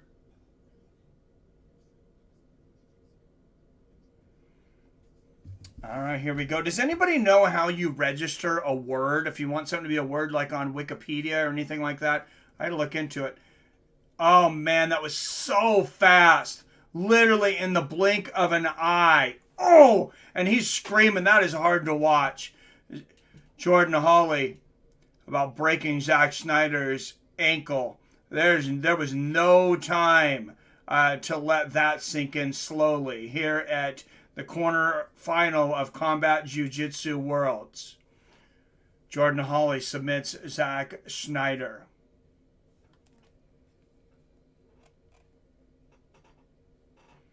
Wow. Thought you were transmitting the fight. What's up, Sergio? I'll get kicked off YouTube immediately. You're kidding? No, YouTube's not real happy about that kind of thing. Definitely not. All right, Zach Schneider and Jordan Hawley. I'll be posting that finish. Just follow my Twitter. You're going to see all of the finishes at the end of this, though.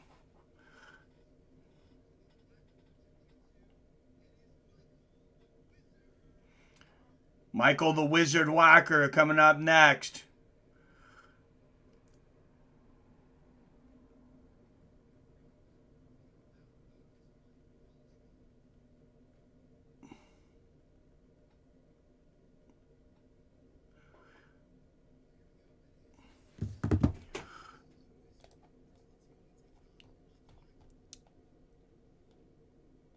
All right, I was short on that. Got to get the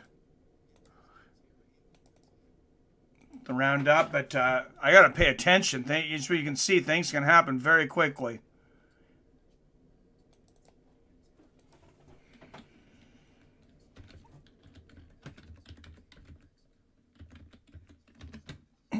And this is in Cancun, Mexico. So, I mean, good to see... good to see a lot more martial arts going on in Central and South America. There's huge markets there. I mean, of course, Brazil, already huge there.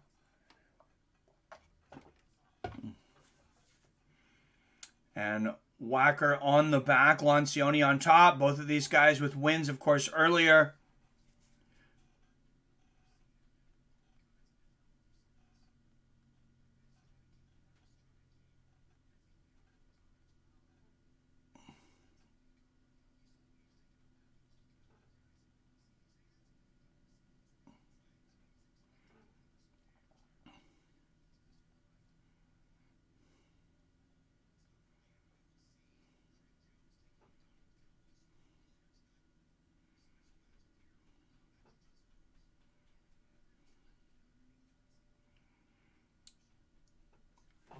All right, guys, up on top is Chris Lincione.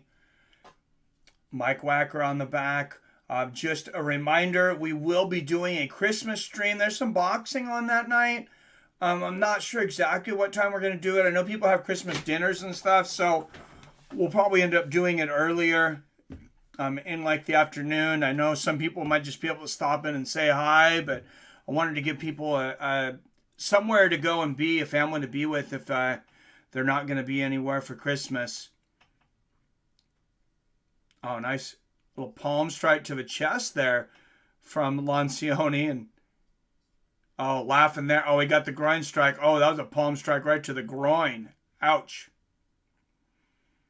Wasn't too hard, though. Both guys having a little chuckle about it. Oh, and then the eye poke. That is very popular in Jiu Jitsu. An eye for an eye. Mike Wacker reaches a strikeout, pokes Lincione right in the eye, and Lincione smiles and looks at him and says, I knew that was coming. That's Jiu Jitsu. And that's where I get that from when I'm talking in commentaries. I get that in Judo. When somebody fouls you, you foul them back immediately because you know you have a foul to give. Oh, nice 3 big slaps there from Chris Lincione. Of course, it's always accidental, but everybody knows what's going on. Oh, that's good. Cowboy or Craig? Craig, yeah, I think Craig will get it. I mean, Cowboy's got some underrated jiu-jitsu, but Craig Jones is just phenomenal. All right, Chris Lincione on top here in the guard of Mike Wacker. I would love to go to one of these. If you aren't watching live, the crowd is very close to the mat. Like when they're on the edge of the mat, you got to trust your fans because they can literally reach out and touch a fighter. Nice slap there from Lincione. And he stands up to try to get a better position, jump at the guard of Mike Wacker here. And a lot of chuckling back and forth between these two at the jiu-jitsu circuit. It's kind of like a lot of these grappling circuits. These guys know each other well. The same guys fight each other a lot. Good job, Wacker, pushing Lincione up to try to pull up a rubber guard or maybe escape, but not able to. Yeah, Craig. Yeah, Craig's a stud. If you guys have not seen Craig Jones fight, my goodness, that guy is phenomenal. Thank you, Eric at ePrez99 for the follow over there on Twitter.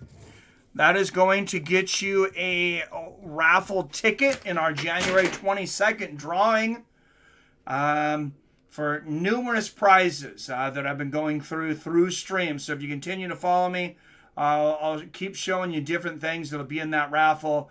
But at least 3 people, I'll probably give away as much as 6 or 7 things if we have enough people. But I'm giving away valuable things from my personal fight collection, boxing magazines, Wheaties boxes, Funko Pop athletes, but all combat sports, boxing and MMA related.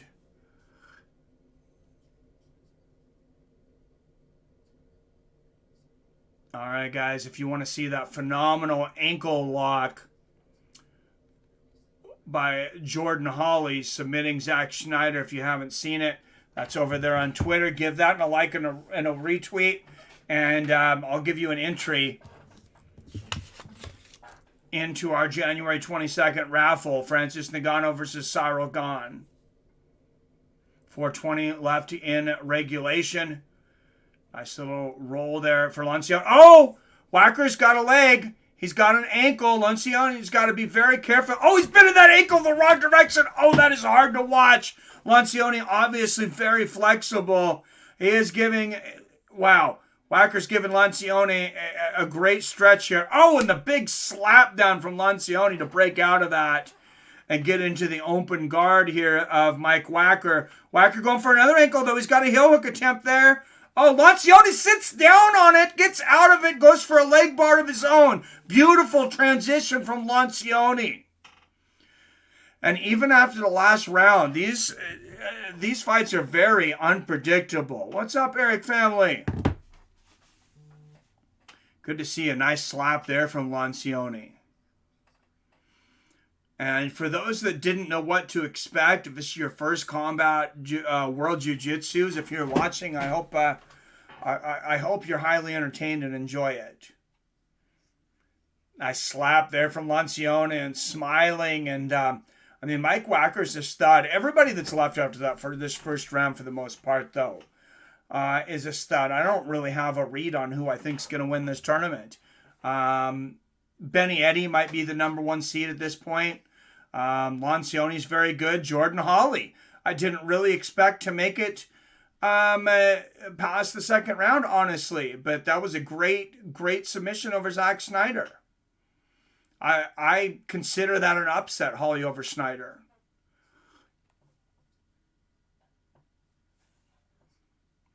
All right, guys, thank you for the love. Robert Kerrigan, and go at the lights, a like and a retweet, guys, is 1 entry. So if you like, make sure and retweet as well. So you got the like, Robert. You get a retweet there. You can quote it or not quote it, but that's an entry.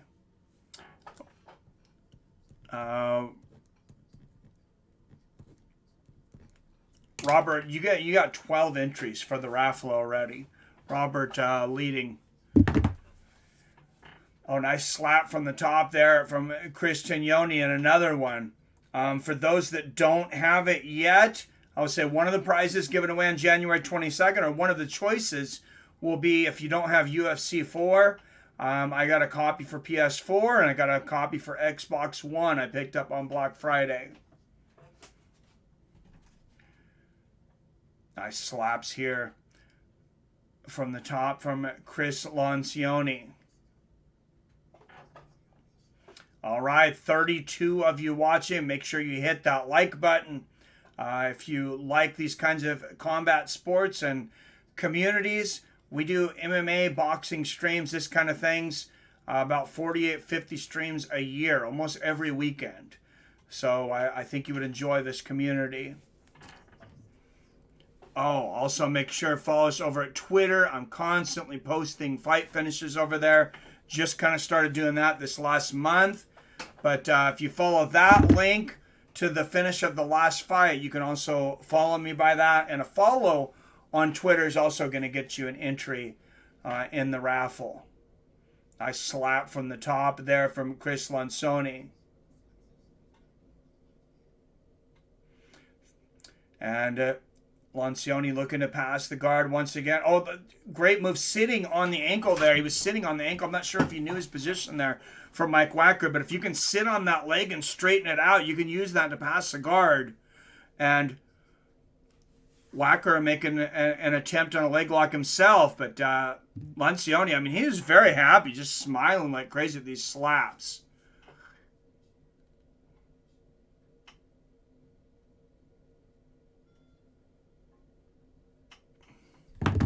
Wow. All right. Well, that is the end of regulation.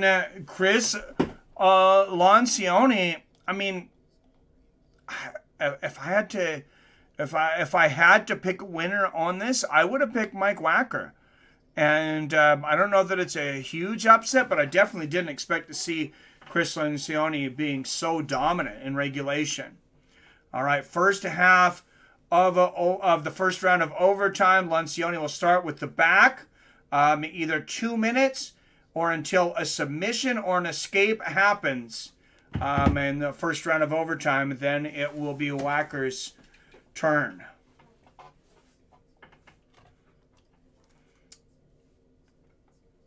Lincione trying to stretch him out here, trying to get under the neck, but Weaver in no trouble so far here.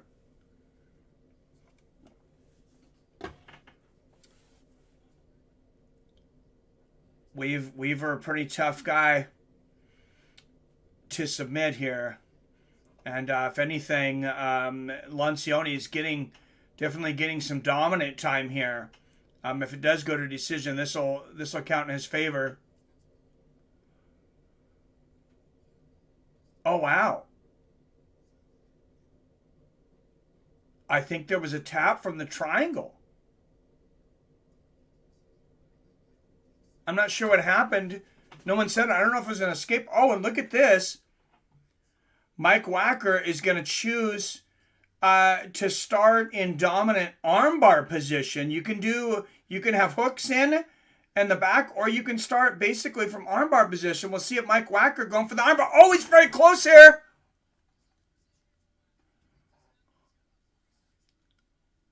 Lincione. Oh, and Lincione turns it around and gets on top, and that's going to be an escape. He's not quite out. Wacker working for this. He has to get a submission because Lincione got... And he's out. Lincione gets the victory. I think that tap might have been from the body triangle. I think he squeezed Mike Wacker's ribs until he tapped.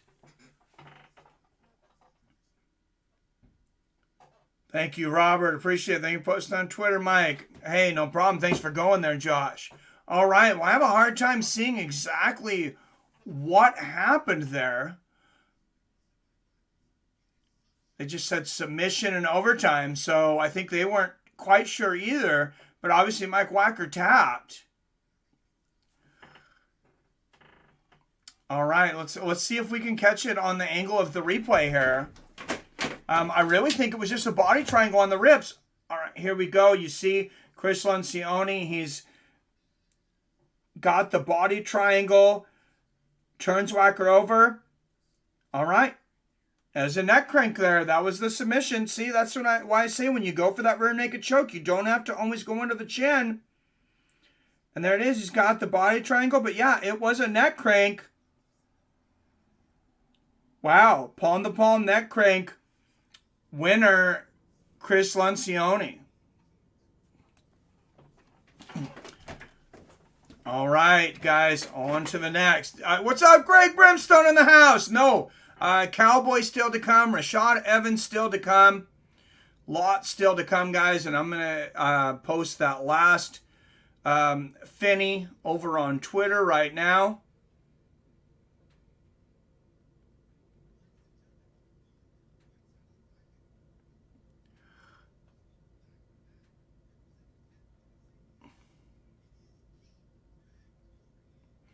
Oh, Keith Krikorian. This guy might be the favorite to go on. He had an extremely impressive performance earlier.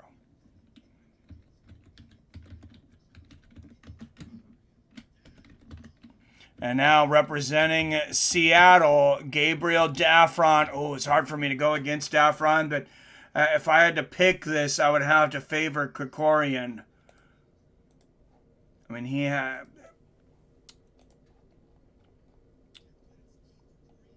a very, very impressive tap earlier. All right, there you go.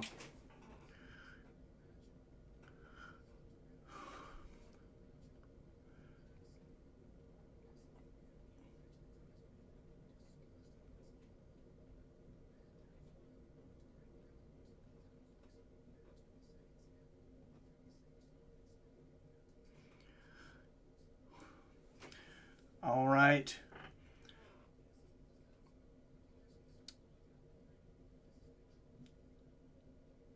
Gabriel in trouble early here. I don't know why I put Kirk. It's Keith Krikorian.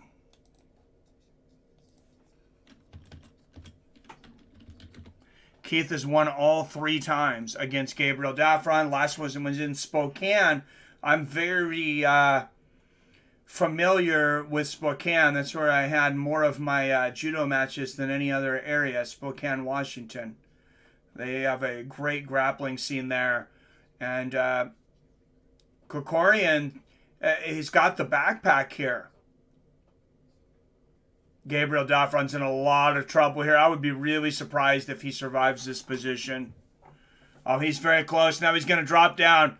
I'm pretty sure. And he got it. There's the tap. Keith Krikorian going on to the next round. Less than a minute and a half into regulation. Gets the submission.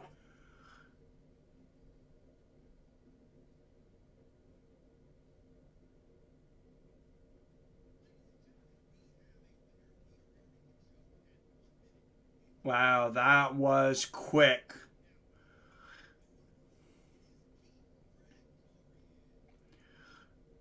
That was very quick. Keith Krikorian of 10th Planet representing Eddy Bravo there in this one. And I will get the replay of that up for anybody that wants it. Like I said, a like and a retweet gets you an entry in our January 22nd raffle. And a follow. Everybody's following. You get a place just for that. Maybe we're not going to get a replay. Oh, here we go. Keith Krikorian on the... Oh.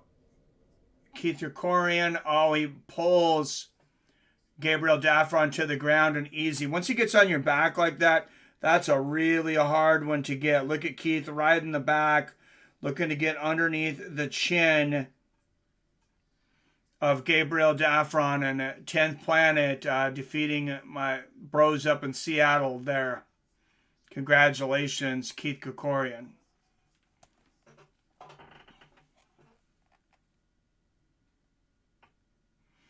And I hadn't even gotten the other one up yet. It's not going up.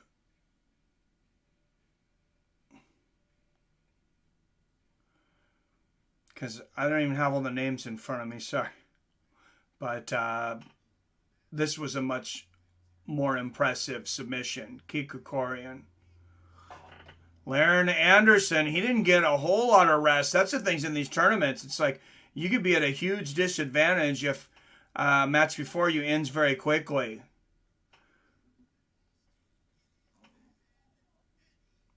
I mean, same format. I remember several tournaments, but I really remember one tournament once. I just went to go take a piss. And, oh my goodness. What a fight here coming up. We got Ben Eddy and Laird Anderson. Wow, winner of this one could definitely be favored to take the whole tournament.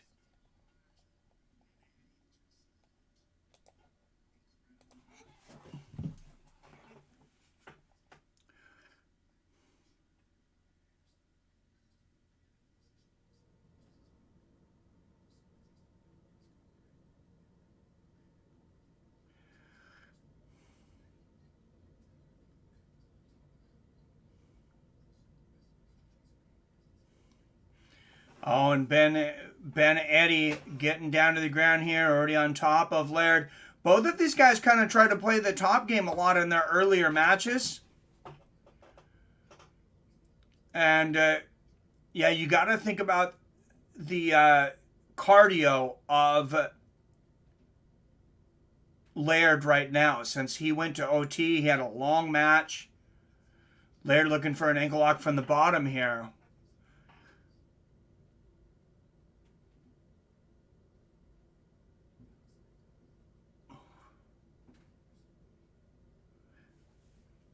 And Eddy trying to pass the guard of Laird Anderson there. Easier said than done. Laird's going to push his hand down and kind of guide his way up.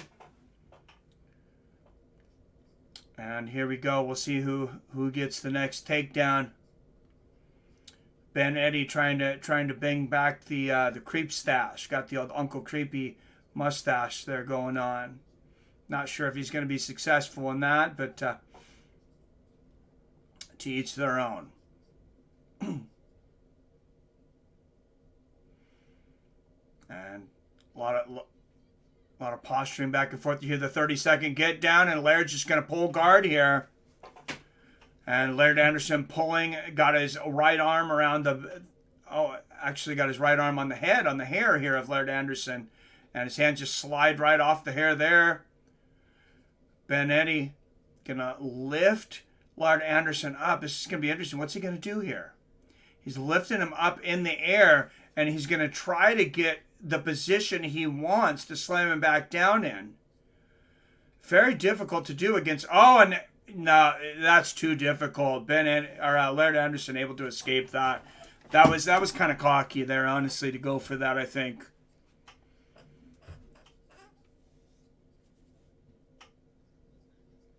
All right, and back in the center here, Combat Jiu Jitsu Worlds in the semifinals here.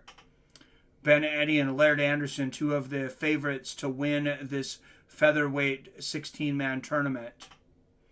Still to come, Donald Cerrone versus Craig Jones, and former UFC light heavyweight champion Rashad Evans will be taking on Ryan Aitken. Oh, and Laird Anderson, he shoots for the armbar there. Eddy, very slick, never looked like he was in trouble there. Now Eddy on his back. Laird's going to work around to try to get a position. Thought he might be able to get the dominant north-south for a moment, but Eddy's too fast. Nice palm strike from Laird as Benny was getting up there.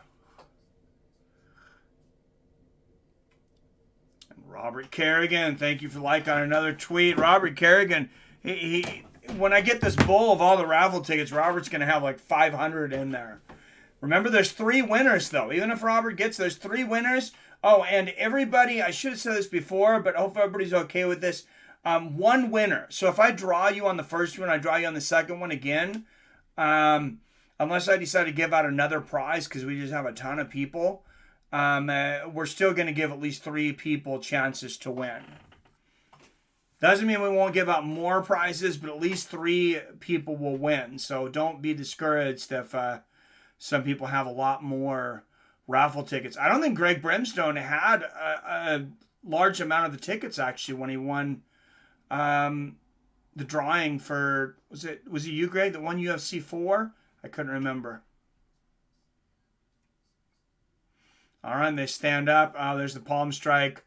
Actually, that was an illegal strike there from Laird Anderson. As Eddy was standing up, it happens in the transitions. No big harm there. And Ben didn't seem to be too bothered by it.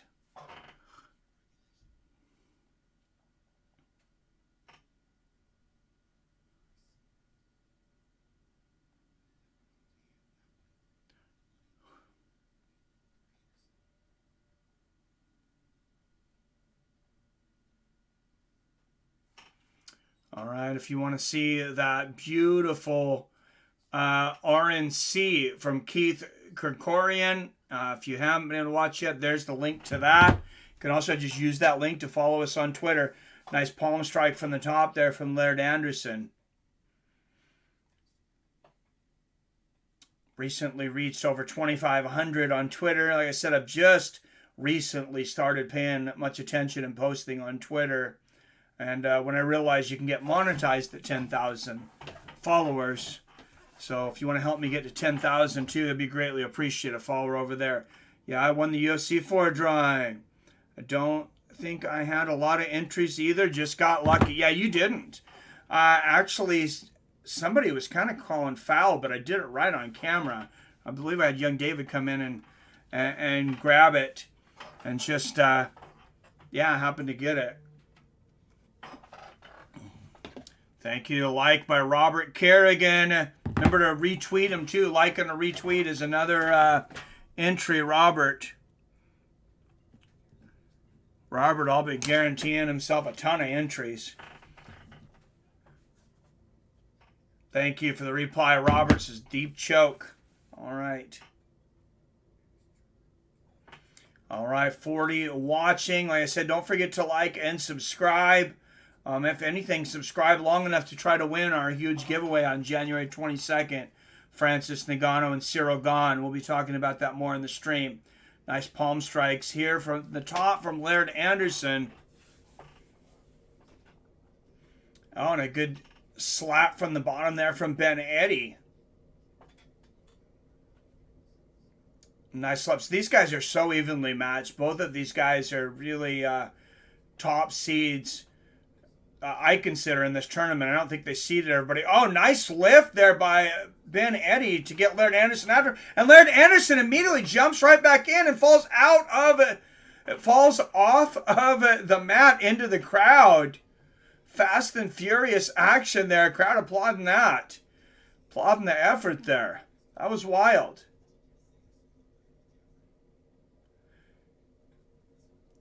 And Ben Eddy saying he had something on his foot, picks it off and throws it towards the referee. Referee kicks it off the mat.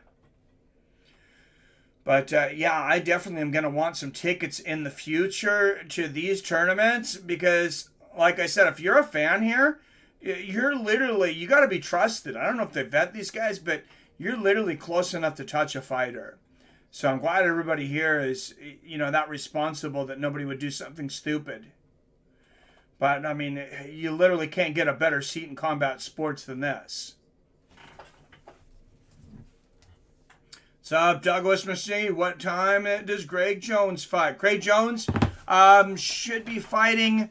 There's probably 3 fights left, I think, in this featherweight tournament. 3 or 4 fights. And then the super fights. Probably be Rashad Evans and Ryan Aitken first. And then Craig Jones and Cowboy Cerrone. Great job there of Ben Eddy riding up the leg of Laird and getting back to his feet. Back to standing. And you do see several stalemates. Both of these guys are such high level that high level offense guys are usually high level defense. So sweep attempt there for Laird Anderson. But Ben blocking it. Single leg here for Laird. If he can get a little Ochigari on the inside and see he's going to try. And he gets the takedown there. It didn't end up with the sweep. Just ended up grabbing the other leg. But Eddy's a master off his back, though. Laird's going to be really careful how he enters the guard here. 35 seconds left here in regulation. I have no idea what a retweet is, but I'll figure it out. Robert. Okay, so when you click on a tweet, you see your like. Right to the left of it is retweet, and to the left of that is comment. If you hit that little thing that kind of looks like a square, it's going to ask you retweet or quote tweet. If you hit quote tweet, you can say something with the tweet. If you hit retweet, it's just going to retweet it. All right, and going to overtime.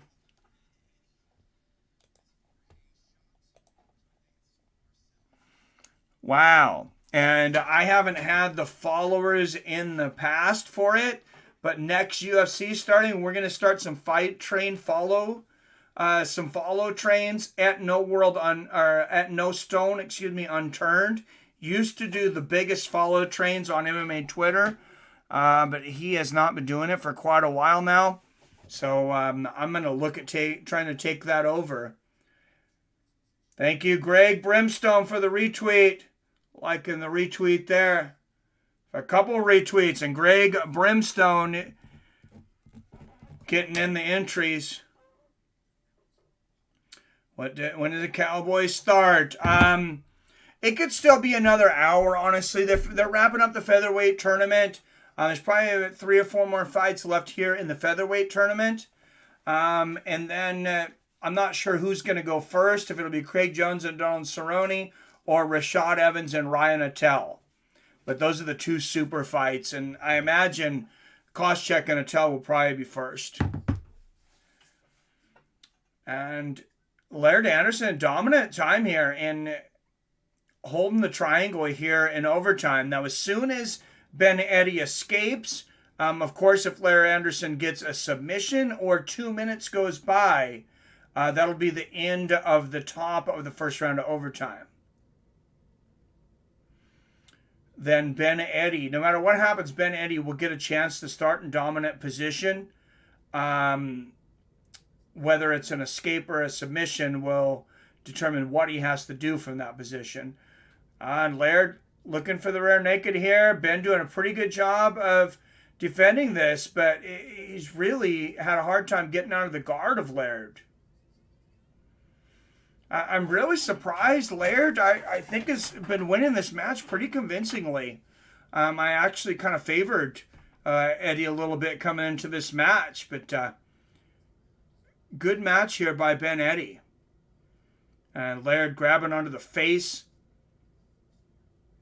of Laird. Who in here is a Jiu Jitsu practitioner? I imagine if you're watching this, there's probably some guys that go to some Jiu Jitsu classes in here.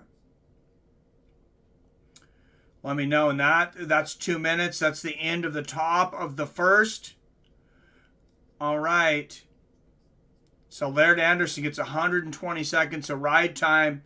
The best thing you can do outside of a submission, you have a couple of choices. Laird Anderson, this is just like a video game. If you played the UFC video games in the overtime, this is how they do it. So Ben Eddy is deciding to take the armbar position. You're basically starting halfway there into an armbar. You got the hooks in the position. Laird Anderson has to escape. Or, of course, Ben get the submission or 2 minutes go by of control time. Oh, looking for an omoplata here. He might have it. Ben Eddy looking for the omoplata. But if he doesn't get it, Laird might be out here. And Laird looking to his corner for some advice here. This is not a position you see real often. It's I believe it's 1 or 2 omoplatas ever pulled off in the UFC. Oh, now he's trying to turn it into an arm lock, and he's out. Great escape there for Laird, and with the commitment that Ben made on that, he was kind of either going to get the submission or lose it. What's up, Eric family? Doing Jiu-Jitsu for 15 years now. Oh, that's awesome. Tap on $sign to the right of where you type to donate. Thank you, Robert. Oh, it's just King James. I think he says, maybe I'm just old and obsolete, but neither me or any of my crew is into all the modern formats and got no way to enter or even donate. Well, I'll give you... you got an entry if you subscribe, King James, and you got an entry for being here since you talked about it. So, yeah, the donate is the super chat.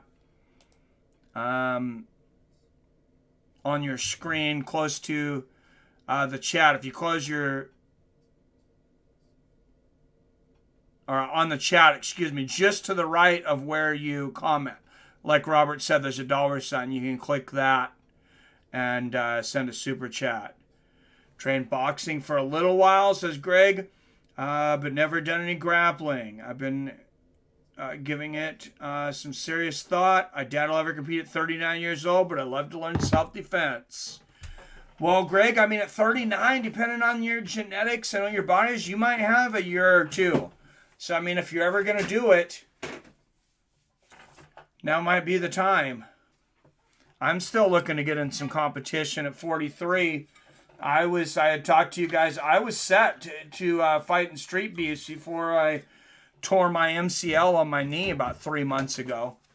almost 3 months ago. I had told the guy that runs it, Fire Chicken over there, that I was ready to go, and then the fall, and it's taken a little longer to recover at this age than I thought.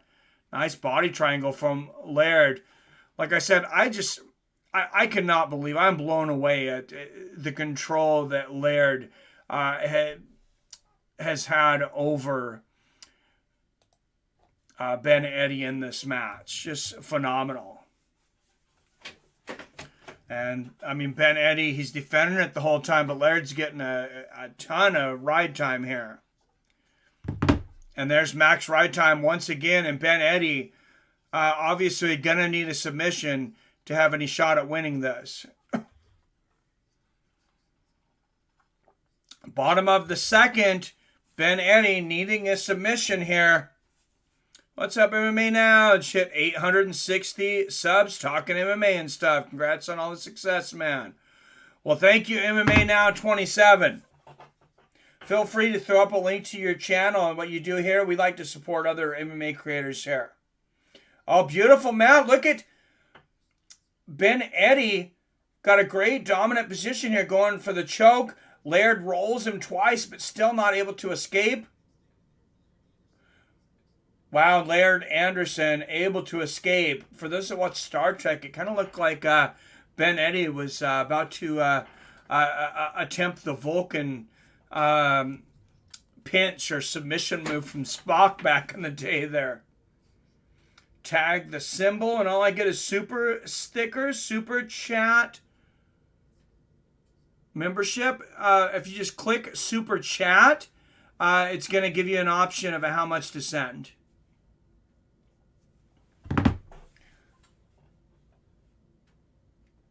All right, and Laird Anderson's got the body triangle, peeling the face back of Ben Eddy, trying to get him to lift that chin up. He's just, he's up a little high on Eddy.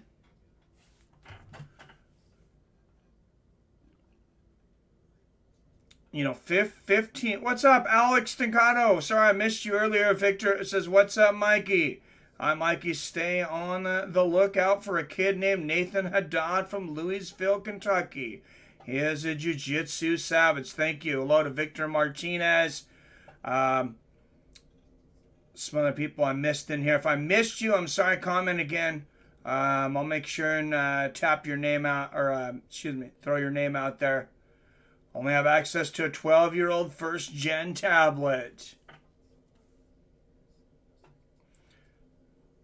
Oh, hey, thanks for watching, man. It's a thought that counts. Thank you. It's just hope to see you in the community again. Laird Anderson just about to max ride time here, pointing to the hand of Ben Eddy there. He's asking the coach what to do there, I think, for the submission. He said, am I going to go for the armbar? And Ben Eddy, I've never seen him like this. I mean, he's just completely turtled up in 100% defensive mode here.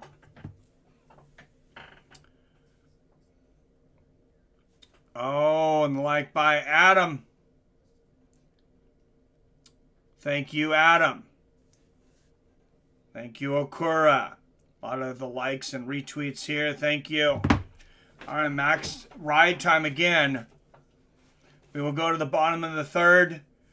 This is the final shot for Ben Eddy. If he does not get a submission here, Laird Anderson will win a decision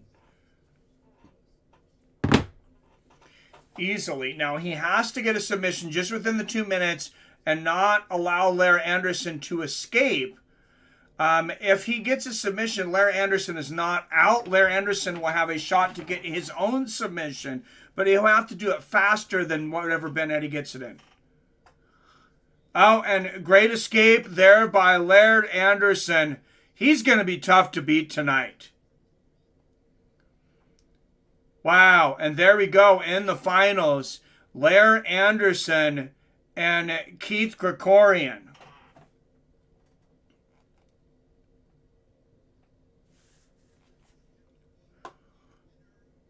Hope Cerrone does well. Huge fan since 2006 WEC days. Wow, Larry Anderson will win the decision here. Great match. Ben Eddy will be back to fight another day, but that was very, very impressive. Larry Anderson pulling off, in my mind, an upset over here over Ben Eddy. Both of those guys are very good.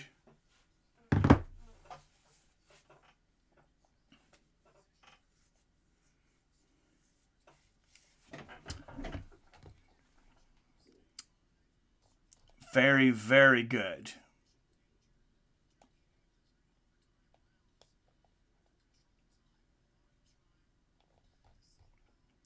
All right, guys, got to get time up for a sponsor. The Cash App, motherfucking Cash App. Guys, I use this thing all the time when I buy things that I'm normally going to buy anyways. That you can get a physical, digital debit card or both. I have both of them. They have something called boosts. I listen to some of the boosts right now that are out there. 15% off one order of Starbucks. 15% off any purchase on Xbox One. 20% off an Instacart order. 50% off one Twitch order. 5% off on Burger King. I always go for the Bitcoin back though. Wow, there's a lot of boosts right now. Any coffee shop, 10% worth of your purchase back in Bitcoin. Yeah, that's my favorite one, but they have a ton of different things now. $50. You get $50 cash if you set up a direct deposit through Cash App, and pretty popular for people that don't have a conventional bank account as well. But so when you use my link that I'm going to post right here, your first deposit, you're going to get a free $5. You're also going to have access, like I said, to all those boosts. And the Wounded Warriors Project is going to get a donation for $5 in your name. And Fights with Friends will also get a kickback, an affiliate kickback, so you help the channel keep going. So, but let's talk about the January 22nd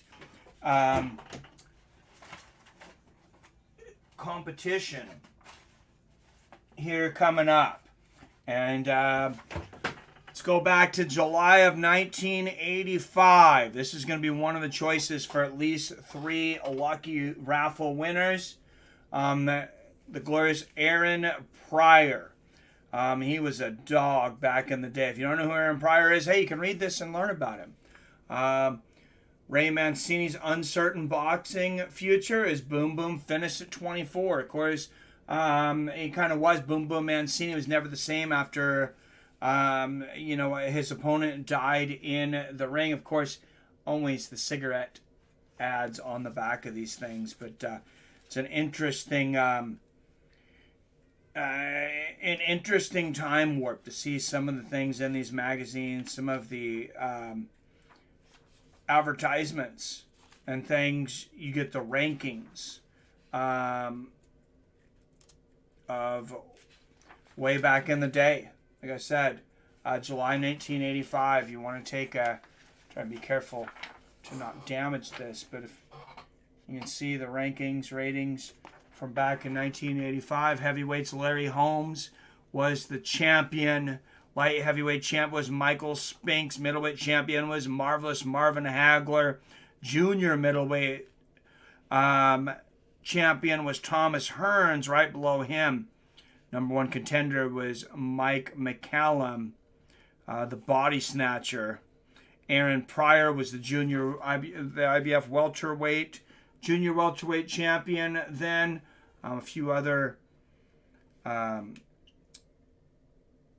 familiar names. Richie Sandoval was the bantamweight champion. And then your pound for pound, you had Marvin Hagler, number 1, Thomas Hearns, number 2, Donald Curry at 3, Hector Camacho at 4. A lot of good names in there, but yeah, I think it's always fun to look back at these things. And we'll show a magazine, and we'll show another one other type of merchandise. One of the things to be thrown up. I live by the Funko Pop Center, their headquarters, and you can get a lot of different cool Funko Pops there because they get everything. So if you like them, I got a Muhammad Ali one here, number 1 in the collection, the 01, first one they made of him, and then it's got its collector's number on the bottom for those that are collectors. But that's just one of the options of things you can win on our January 22nd raffle. King James says, 20 miles in the woods and even my cell phone. It's a 9-year-old flip phone that only sends and receives calls and texts. Zero social media, socialist media, luck to latch on to closet neighboring Wi-Fi to catch Mike's audio. Hey, well, thank you, King James. King James, and you're here. I've seen you a few times. I'm gonna give you 2 extra entries just for being a fighting against the technology that's taking over our country sometimes. I mean, I love technology and I hate it. Obviously, I have a smartphone. I have some of this stuff, but there's definitely days I wake up and I say, man, I just wish the days before this stuff was ever invented.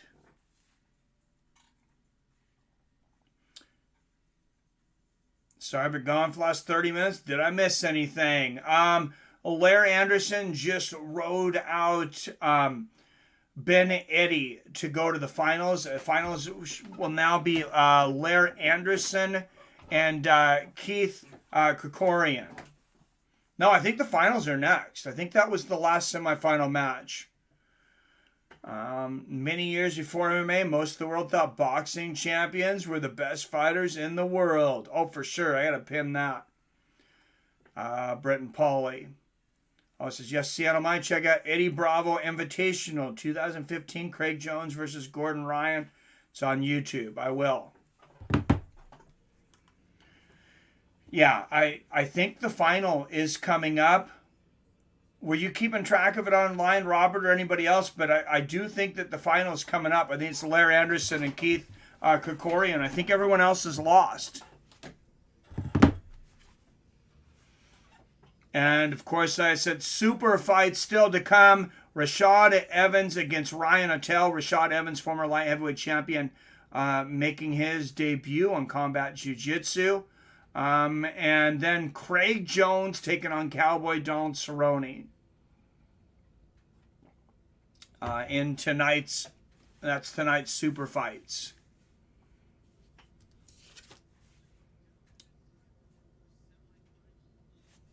Okay. Oh, first semifinal. I'm sorry. I fell behind. I don't know why I forgot Jordan Hawley hasn't lost yet. You forget how long a 16-man tournament is.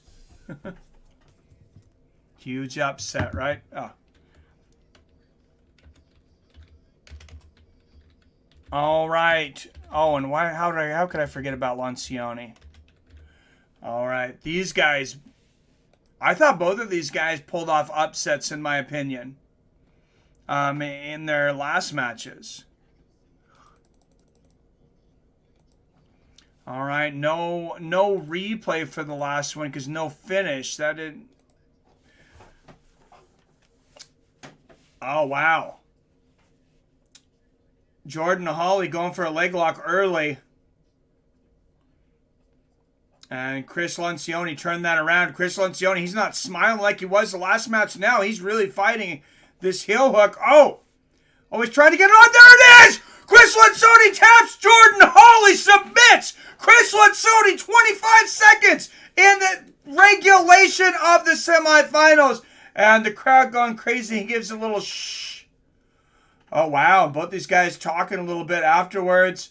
And Jordan Hawley bows to his opponent to show a sign of respect there. But things almost got ugly there. Wow, Jordan Hawley. My goodness. Wow, that's definitely the most impressive moment of this tournament so far. Wow. And now he's in the finale. Jordan Hawley. Oh my goodness, from the Brazilian Fight Factory. Wow. And I will put the replay up for that on Twitter for those that weren't able to watch it. But I am very impressed by that move from Jordan Hawley. My goodness. One win away from winning the Combat Jiu Jitsu Worlds.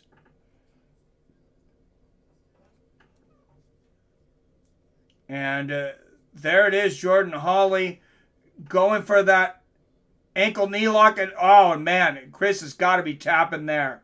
That was a quick submission. Let's look at it from another position there. Still kind of hard to get the ankle, the angle there. Oh, turns it over. Big statement by Jordan Hawley. Going to the finals with his victory over Chris Lincione. Wow, and they just said for submission of the night for sure. I agree. If that's not it, I don't know what it is.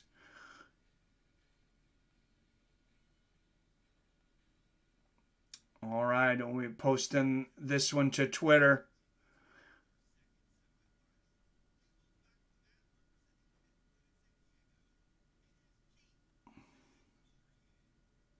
Keith Krikorian up next. They're not giving these guys any time to rest.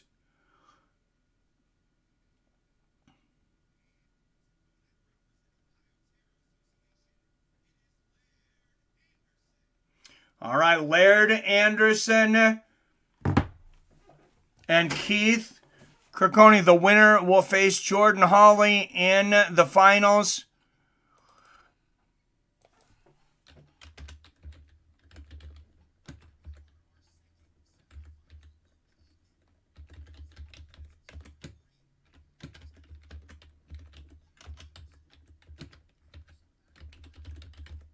Yeah, that was a really fast turnaround for Laird Anderson. That's just the luck of the draw sometimes on these. And Laird pushing Keith Krikorian down quickly there. Yeah, it's a big advantage to finish your fights quickly.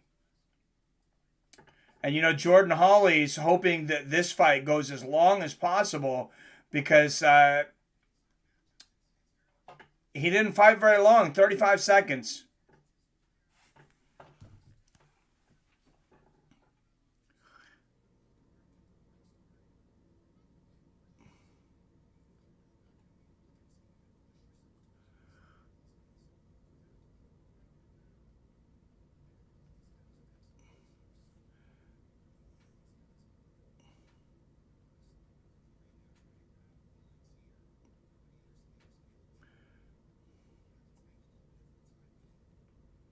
And both guys fighting almost off the mat there.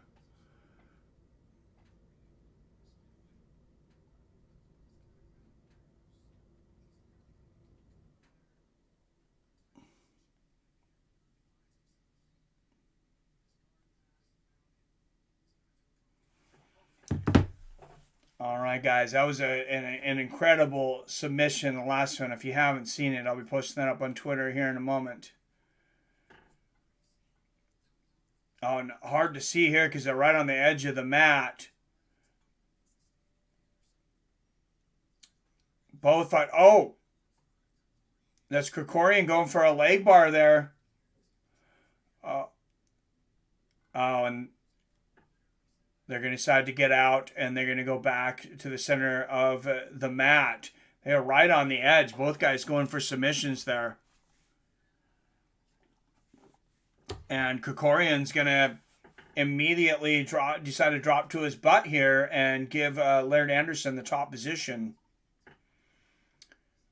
And Laird takes it, trying to pass the guard here of Krikorian. Krikorian twisting, looking for an armbar here. Laird Anderson staying very calm, avoiding any issues here. Oh, now's the leg. Krikorian, Laird Anderson twisting with it. Both guys looking for a leg here. Oh, good job of rolling out there for Laird Anderson. He might be the calmest competitor in this tournament tonight, Laird Anderson. I mean, he's just so zen.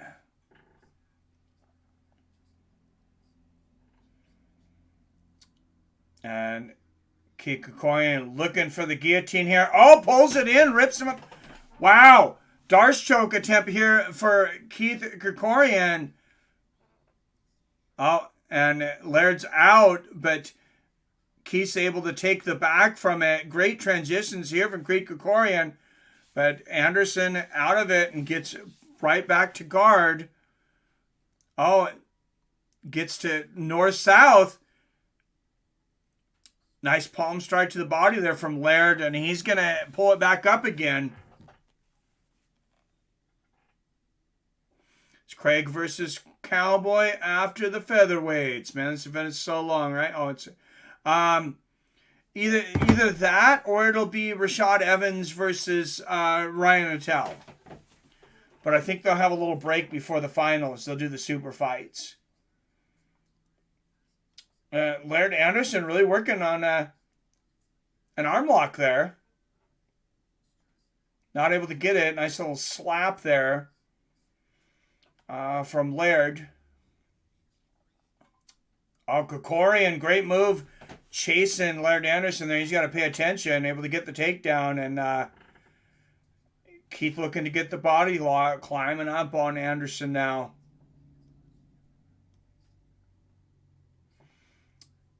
Oh, great move, Krikorian. Looks like he's about there to the mount. Oh, wow. And Krikorian now is slaps on the top of the head. Oh, beautiful move from Laird Anderson. Look at the reversal. Wow, and gets right back up. Oh, but Keith trying to get the takedown. Laird rolls with it. Keith's got the back, though. He's got hooks in, and he's got the hand around. He might have the choke here. Laird Anderson, very calm here, but he could be in some trouble here. Keith Krikorian with a great position here. He's going to take his time, but he's got hooks in. And he's got a great position. Oh, this is very close. Laird Anderson. Laird might pass out before he taps.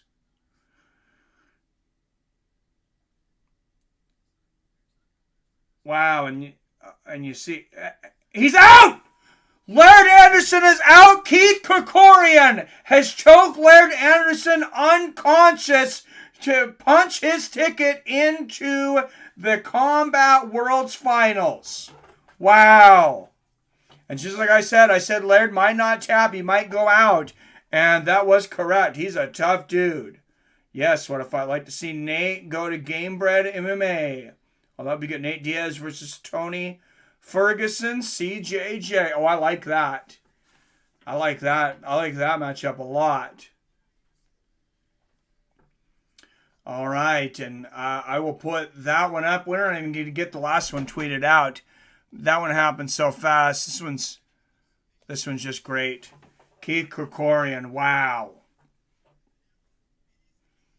Keith Krikorian, Jordan Hawley will be in the finals. But let's watch that replay here.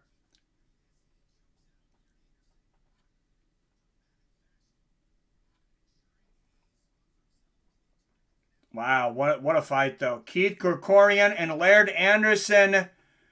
The winner goes to the finals. Hooks in for Keith Krikorian. Going for the choke. He is underneath. And you see he's just really squeezing. And I'm not even sure he's all the way underneath the neck. He might have just been squeezing the head.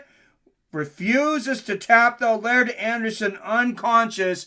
And Keith Krikorian punches his ticket into the finals. Wow.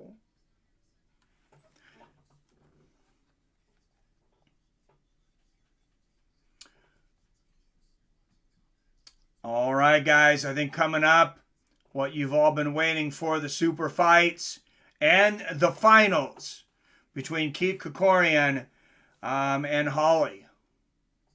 Jordan Hawley. You see how it all came down? Jordan Hawley defeats Orlando, In the first round, Zach Schneider defeats Diego Lopez. Chris Lincione defeats Kim Terra. Michael Wacker defeats Benjamin Tapia. Then it's Holly over Schneider in the next round. And you get all the way to the finals. Keith Krikorian versus Laird Anderson.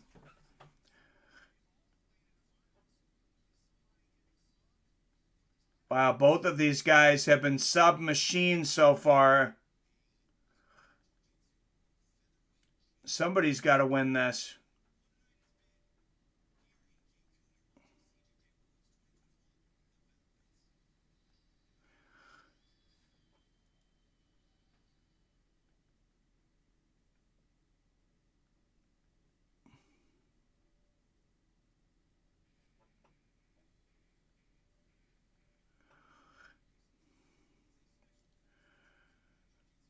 Okay, up next is a special match out of it's Gracie versus 10th Planet.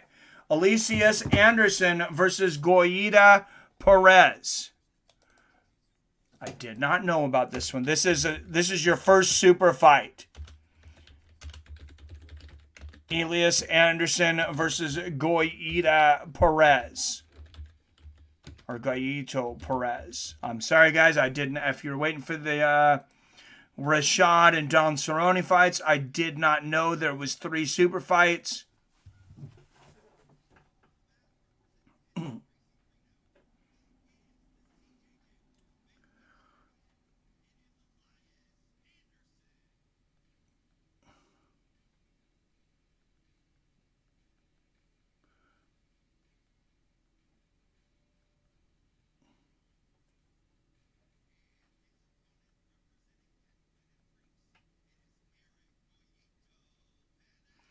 All right, Gracie versus 10th Planet. A classic rivalry here.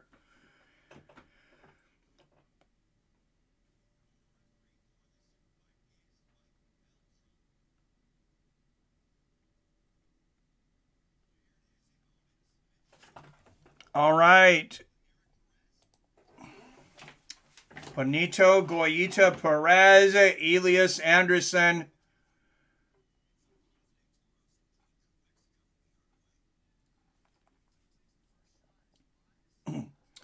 Was supposed to be Uriah Faber. Yes, you have one more match after that. Yes, all right, here we go. Goyito Perez and Elias Anderson. The El Matador, excuse me, mask coming out. Crowd happy with that here in Mexico.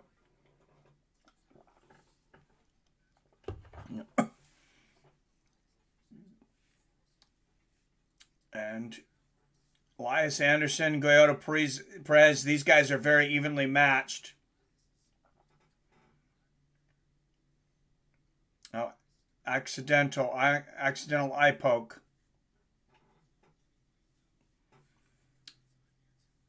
Beltran giving Goyito a minute. Goyito's like, I'm fine. Oh, Elliot Anderson jumping up in the air to try to pull guard.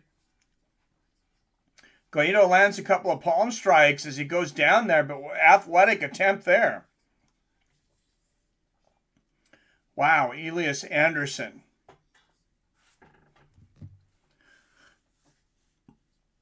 I don't know how to watch this besides UFC Fight Pass. I do not, Fernando. I apologize. I am posting, if you follow me on my Twitter, though, and I will throw it up right now. I'm posting the finishes of these matches. And there's a bunch of finishes over there already. This is the finish to the last semifinal match. Krikorian submitting Laird Anderson in the semifinals. That's the link.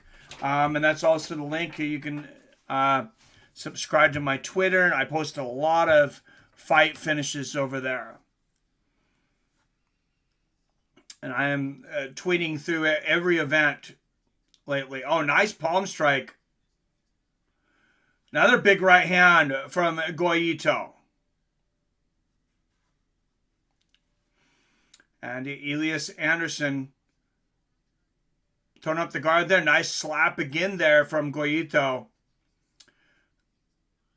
Oh, look at that move from Anderson. Goyito's coming to get up, and Anderson wraps him up. Wraps him up like a pretzel here, and we'll see if he can do anything with it. Looking, he's got a Kimura option possibly there, choke option. Thank you, Robert, for the like on that one. Robert liking every like and retweet. A like and a retweet on that Twitter gets you one entry for our January 22nd drawing during the Francis Ngannou-Cyril Gane fight, where we'll be giving away 3 pieces of historical combat memorabilia.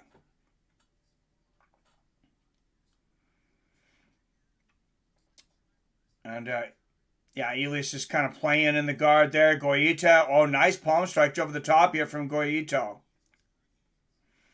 He's definitely thrown some strikes in his day. Oh, look at this. Look at the armbar attempt here from Elias Anderson. Flips Goyito over. He got it. He got it. Goyito, Perez taps, and Elias Anderson shocks this crowd with the armbar submission of Goyito Perez. And even Mike Beltran has got a smile on that one. Wow. Oh, my goodness. For work, I own a tortilla business. So I own a route with Mission Tortillas. Thank you, Fernando Moreno. Wow, that was amazing. And Mike Beltran still grinning from ear to ear. When you see something good like that you don't see often, you can't help but smile. It's nice to see Beltran, just like I said, grinning from ear to ear. That was incredible. Elias Anderson out of Ahinzo Gracie Reno. He is already the Combat Jiu-Jitsu Worlds. He was a champion at bantamweight. But Goyito Perez getting a quick submission over him is quite the accomplishment.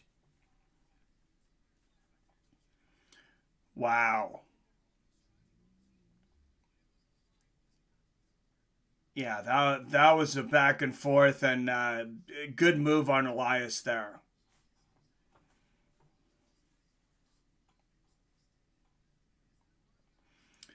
Very exciting. All right, let's watch the replay here. Elias Anderson looking for the armbar here in the super fight over Goyito. Perez extends it. Look at how much that arm's extended. He is screaming and tapping. Wow, he got that so quick. Once he got that, throws the legs up, and look at the turnover. Oh, he's going to wrap that around his back. Mike Beltran stepping in, and wow. Elias Anderson, the bantamweight champion at Combat Jiu-Jitsu, defeats Goyito Perez in a super fight here at Jiu-Jitsu Worlds. Wow, that was exciting. I'm glad those guys fought. Like, I know we're waiting for Cowboy Cerrone, and God, for anybody that left before that fight or stopped watching, you missed something big there.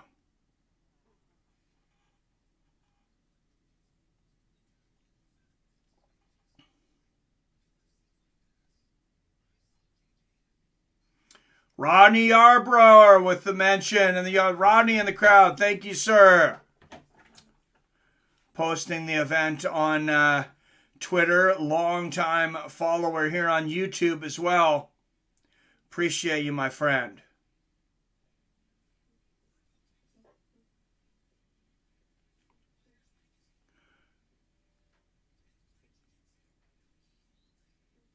All right, and then before the next event, we'll look at another piece of memorabilia that will be given away possibly on January 22nd. You'll have a chance to win it.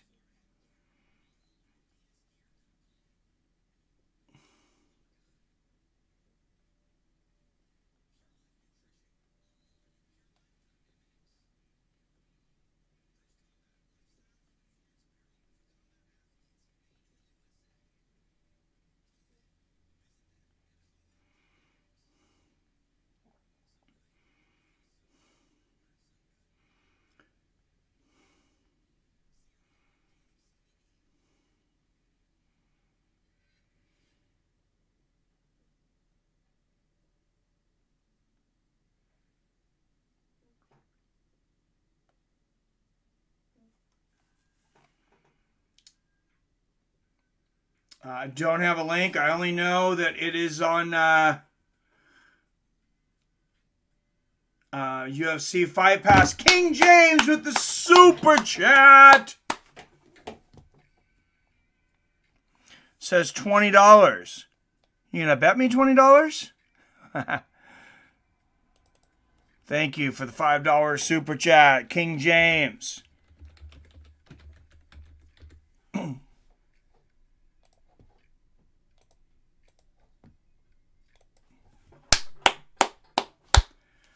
Thank you, sir. 31 up in here. Hit that like button if you like what we do here. If you like everything fighting, think you might want to check us out again. Don't want to lose the channel. Make sure you subscribe. And don't forget to double tap that notification bell so you're notified every time we drop a new video or go live like January 22nd for Francis Ngannou versus Cyril Gane. We're having our big giveaway. I've been showing some of the things we might be giving away, some classic magazines. That's one of the biggest things. This one doesn't come out of the wrapping. This is an old one, but you can. It's not in as good a condition as some of the other ones. But this is from February 1953. The cost was 25 cents. And it was the 1952 annual ratings. On the cover, you got Rocky Marciano, Sugar Ray Robinson, Kid Cavilion, Joey Maxim, James Carter, Sandy Sadler, Jimmy Carruthers, and Yoshia Shirai. Wow, there's a lot of good boxers fighting. In 1952. That's just one of the things, like I said, that you can win on January 22nd. You can get extra tickets in the raffle by being subscribed here for one, and then being on Twitter, following me on Twitter, and every time you like and retweet one of my tweets, you're going to get an entry for that. That's how to stack on the most. Adam, with the like on the Keith Krikorian choke. Thank you. And if you want to, Michael Pauly. Haven't seen Michael Pauly for a while. Michael Pauly, longtime follower of the show. Thank you. A like and a retweet is a full entry. So I got some entries to write down here. I'll have to go through all my notifications after this and get a tally on how many entries everybody has.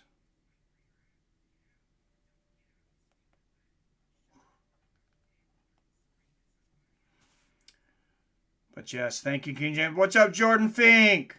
How about I just buy that off you? I don't want to get rid of any of this stuff. I've decided that I'm beginning to allow some of this stuff to leave to help grow the channel. Unfortunately, none of it's for sale.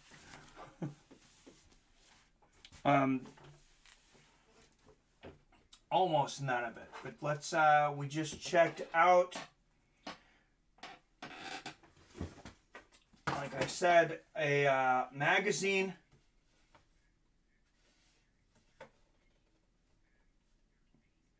All right.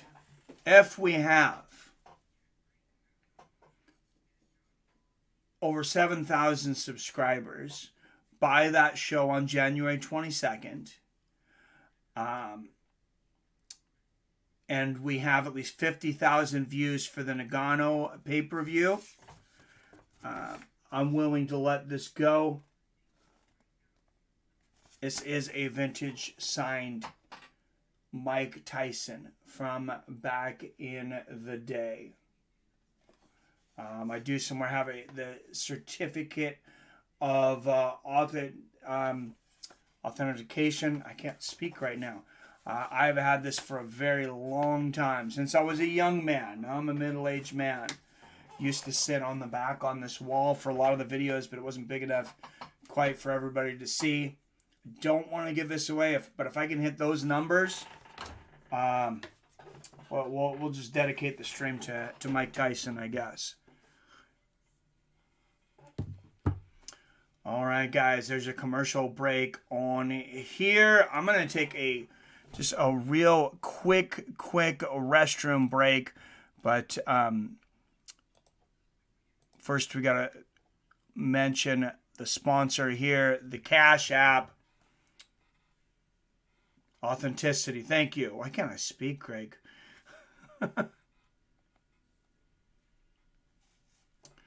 The Cash App. Use my link on the Cash App. If you're not already signed up for the Cash App, you're going to get some free stuff. You're going to get some, like I said, $5 to sign up. $5 will go to the Wounded Warrior Project. And then we'll also get a kickback here at Fights with Friends. You help us run the channel. Everybody wins. And the Cash App, I said, they got a ton of boosts. You get free cash back in Bitcoin for things that you're already buying. All right, guys, I will be back here in just 1 second. Minute.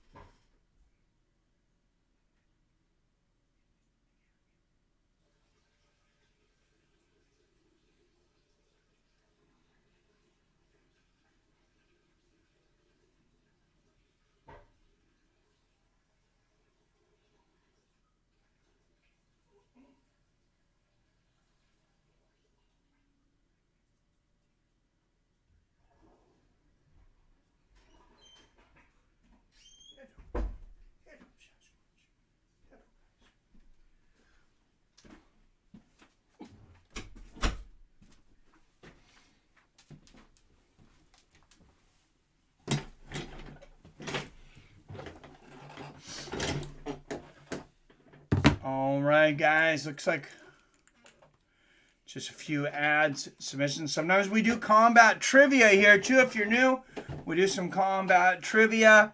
Whoever gets the next answer gets an entry for that drawing on January 22nd. So let's throw...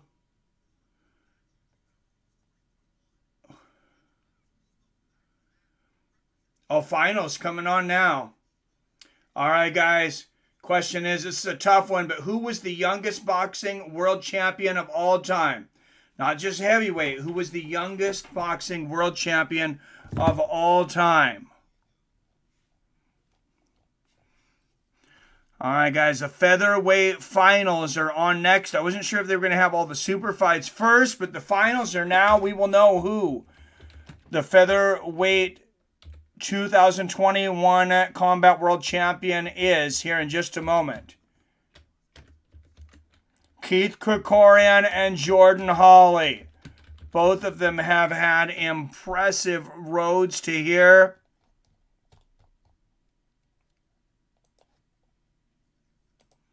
"10 minutes of regulation, 2-3 overtimes if needed." All right, that trivia question for an entry. Who was the youngest boxing world champion of all time? Greg Brimstone gets it. You are correct. Wilfred Benitez. Wilfred Benitez at 17 years old, the youngest boxing world champion ever. A nice little slap there from Keith. Jordan on the ground here. Oh, another good slap there from Keith. They sure make some noise. Oh, wow. Keith Krikorian just about had a Darce choke there. That was very close.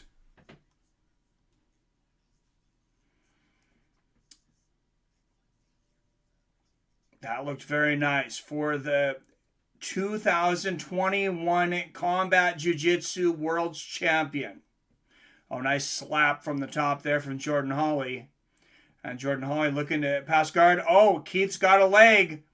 Jordan's got to be careful here. Looking for a knee bar. Both of these guys are so talented. Both of these guys have had a phenomenal night, too.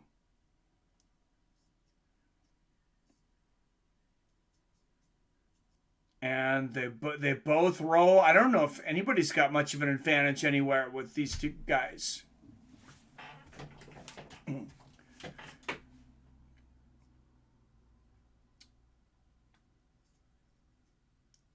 Almost off the mat here. And Krikorian going. He's got a leg. Oh, looking for a leg. Wow. Heel hook attempt from Jordan Hawley, and Krikorian's out. Both of these guys have submitted, I think, everybody that they've faced to get here to the finals. You got it. Austrian, but Greg beat you by a few seconds, brother. All right, and Krikorian, nice slap there from Krikorian, just kind of bouncing back and forth. Jordan Hawley rolls him over. Oh, these guys, you're going to see a lot of transitions and rolls between these two guys.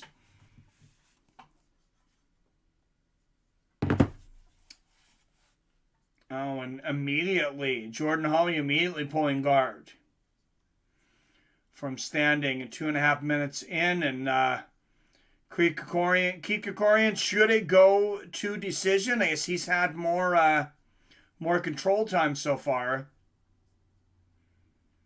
Be a dominant north-south here for Keith.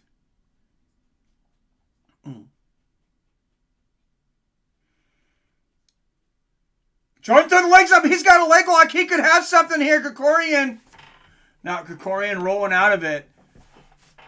That was fast.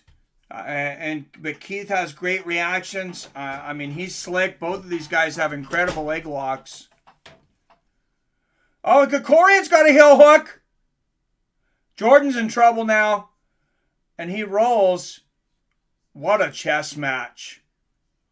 I thought Keith might have it for a minute. Big slap there. Big slaps from Hawley here.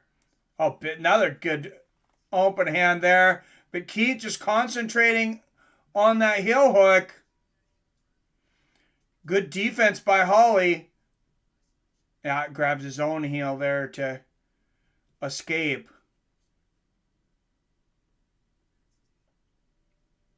You have a feeling one of these guys is going to eventually pull this off. And Krikorian into the guard of Hawley now, which is obviously right where Hawley wants to be because he keeps pulling guard.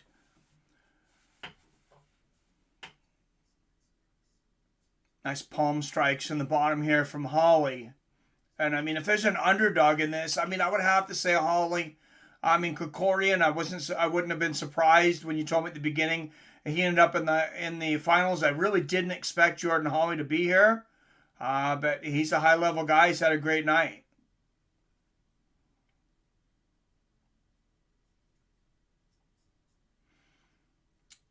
And Krikorian getting better position, getting to side control here, and some defensive slaps.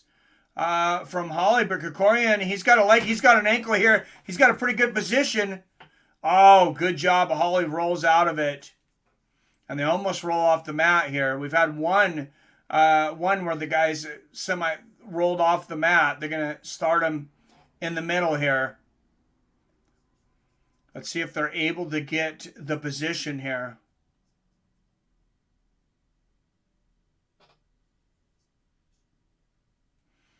All right, Keith will start with his hands locked up under the shoulder here in the center. Let's see how Jordan gets out of this, because Krikorian, basically, he's got half mount, but he's got those hands wrapped around his back. Oh, look at this from Jordan Hawley. Good job of shimmying his way out of here. He's got to be careful to not shimmy right into an arm triangle, though. Oh, great step over into mount there for Keith. He's had a phenomenal night tonight. He's having a phenomenal match right now, too, though. And there's another nice palm strike there for Keith. Oh, and getting out of there, Keith loses position, and Jordan ends up with a leg.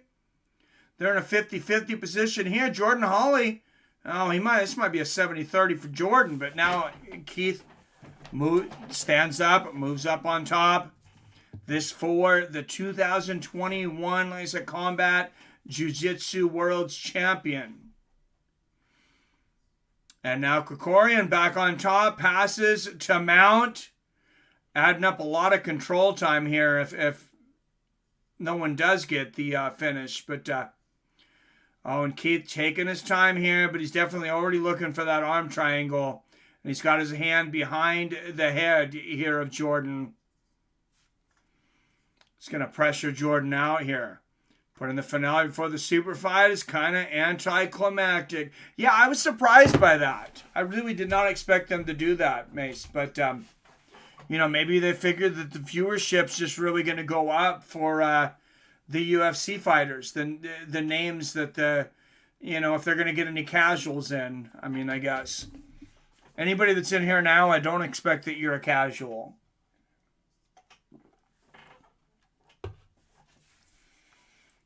And Keith, nice palm strikes to the side of the head and the ear here. Keith with the flurry of right hands now on the forehead, trying to get Jordan to open up, and he got in. He's got the arm triangle. Keith Krikorian, and he just turned Jordan. Hawley escapes. Wow, he turned to tighten that choke. I think he turned a little too far, but Keith immediately transitioning into a heel hook. Nope, doesn't have it there, but he's forced Jordan Hawley to be widely defensive in regulation here. Oh, and Krikorian right into hooks. 2 minutes with hooks in. Keith Krikorian, this is his favorite position. It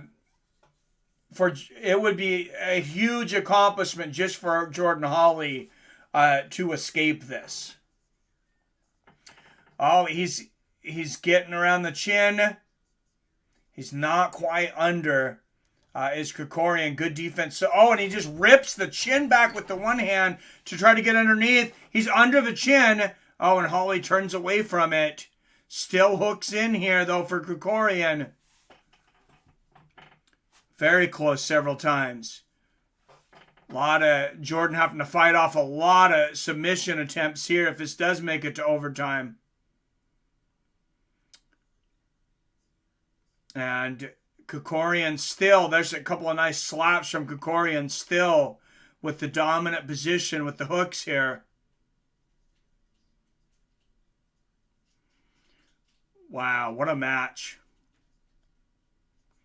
We'll see if Keith opens up with 45 seconds left. Yeah, he's gonna go for the crossface.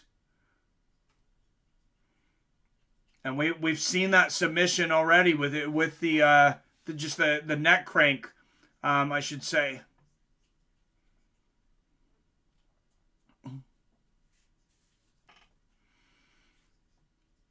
And you're into this position, just something a little practical. If you're ever in a self-defense position, like I said, somebody attacks you, you have to defend yourself.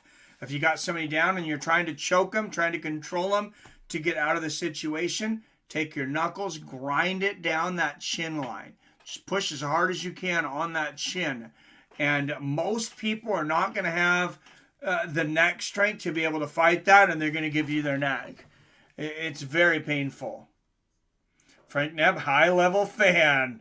I like it. Definitely a fan of the high level.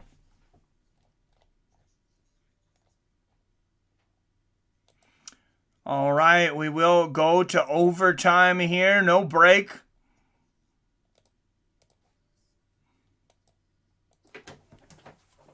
I know this, might not be everybody's cup of tea, but, the way these events move along, I think is nice. Very few advertisements and stuff, and just boom, boom, boom. And Krikorian's going to take the dominant first. He's got hooks in. We'll see if Jordan Hawley can last through the 2 minutes, or if he can escape here. So if Keith gets the submission, Jordan Hawley's... There it is! He got the tap! Keith Krikorian with the rear naked choke in 40 seconds. Now Jordan Hawley, since this is overtime, 29 seconds. Jordan Hawley will get dominant position, and he's going to choose the armbar position.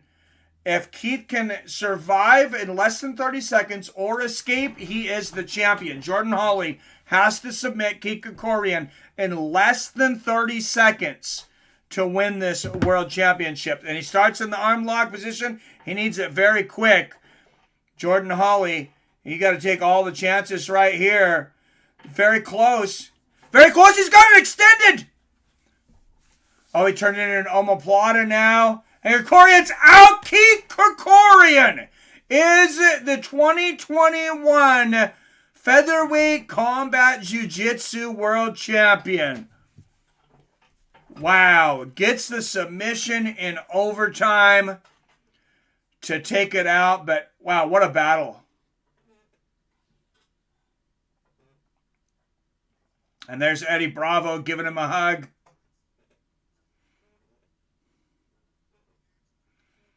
Big move. Show respect between Jordan Hawley and Krikorian. Jordan, I mean, obviously disappointed.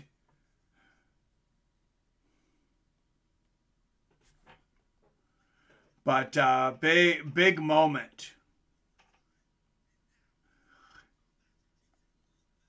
Thank you, Frank RG, for the like there. Keith Krikorian of 10th Planet San Diego is your 2021 Combat Jiu-Jitsu World Champion. All right, 32 watching. Don't forget to hit that like button. Make sure you're subscribed if you like everything combat, MMA, boxing, Jiu-Jitsu. We've even done some judo on here.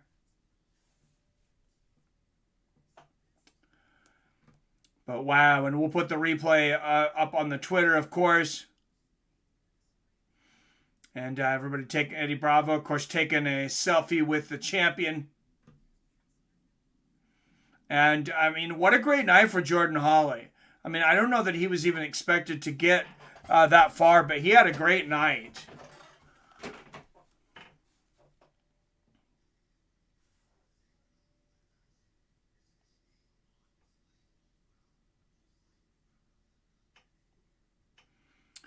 Great night. High-level fan, though. I like that, Frank Knapp.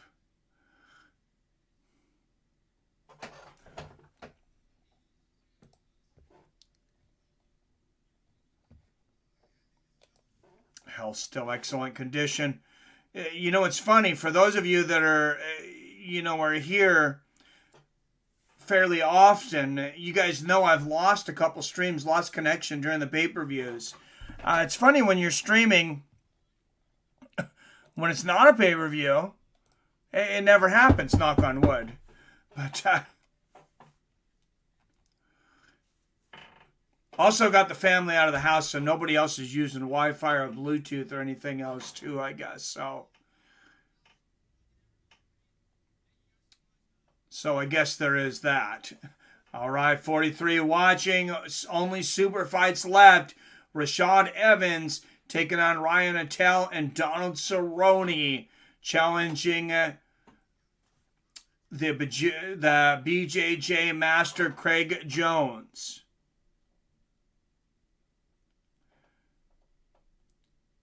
And let's see, I'm sure they'll show a replay of that one here in a moment. You would think. All right, 10th Planet has scored the bantamweight and the featherweight champions. All right, super fights coming up, guys. Main event, Cowboy Cerrone, Craig Jones coming up. They are clearing the mat off.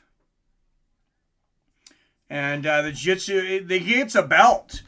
GJ World's champion, he gets a belt. That's a pretty nice looking belt, actually, too. No trophy for this. I like it.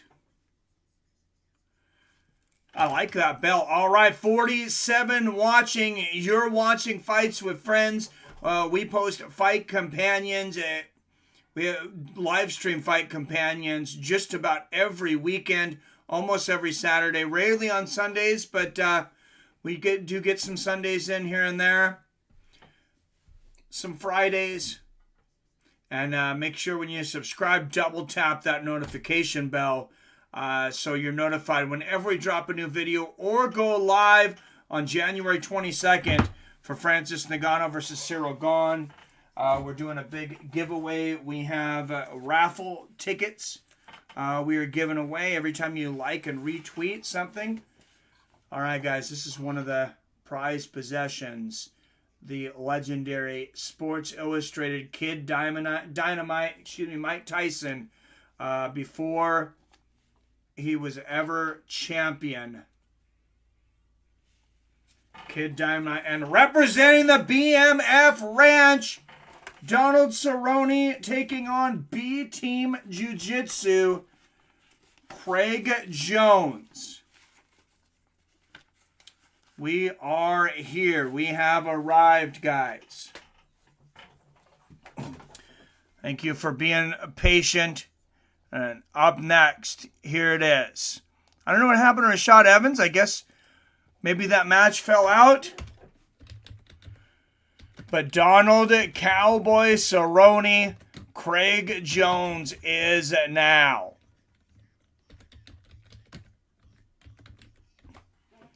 Super fight. All right, first out of the red corner, most wins in the UFC, future UFC Hall of Famer and Jiu Jitsu veteran Donald the Cowboy Cerrone.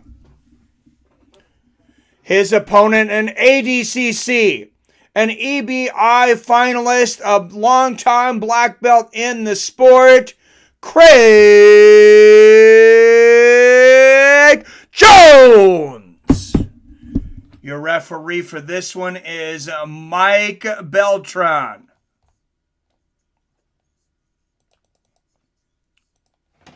Cerrone, Jones, let's get it on. Touch of hands, and here we go. Cerrone's a bit out of lane here. Go for broke. Yeah, I agree. We'll see what happens here. Craig said he's here to wrestle. We'll see. Cowboy going for the single leg here. Got his hand on the waist. Oh, look at the judo throw. Beautiful Uchimata here from Craig Jones. We'll see if he decides to go into... Oh, look at the smoothness of Craig. It's almost like he's playing with Donald there. And Donald looking for the single leg again. They're back up the standing.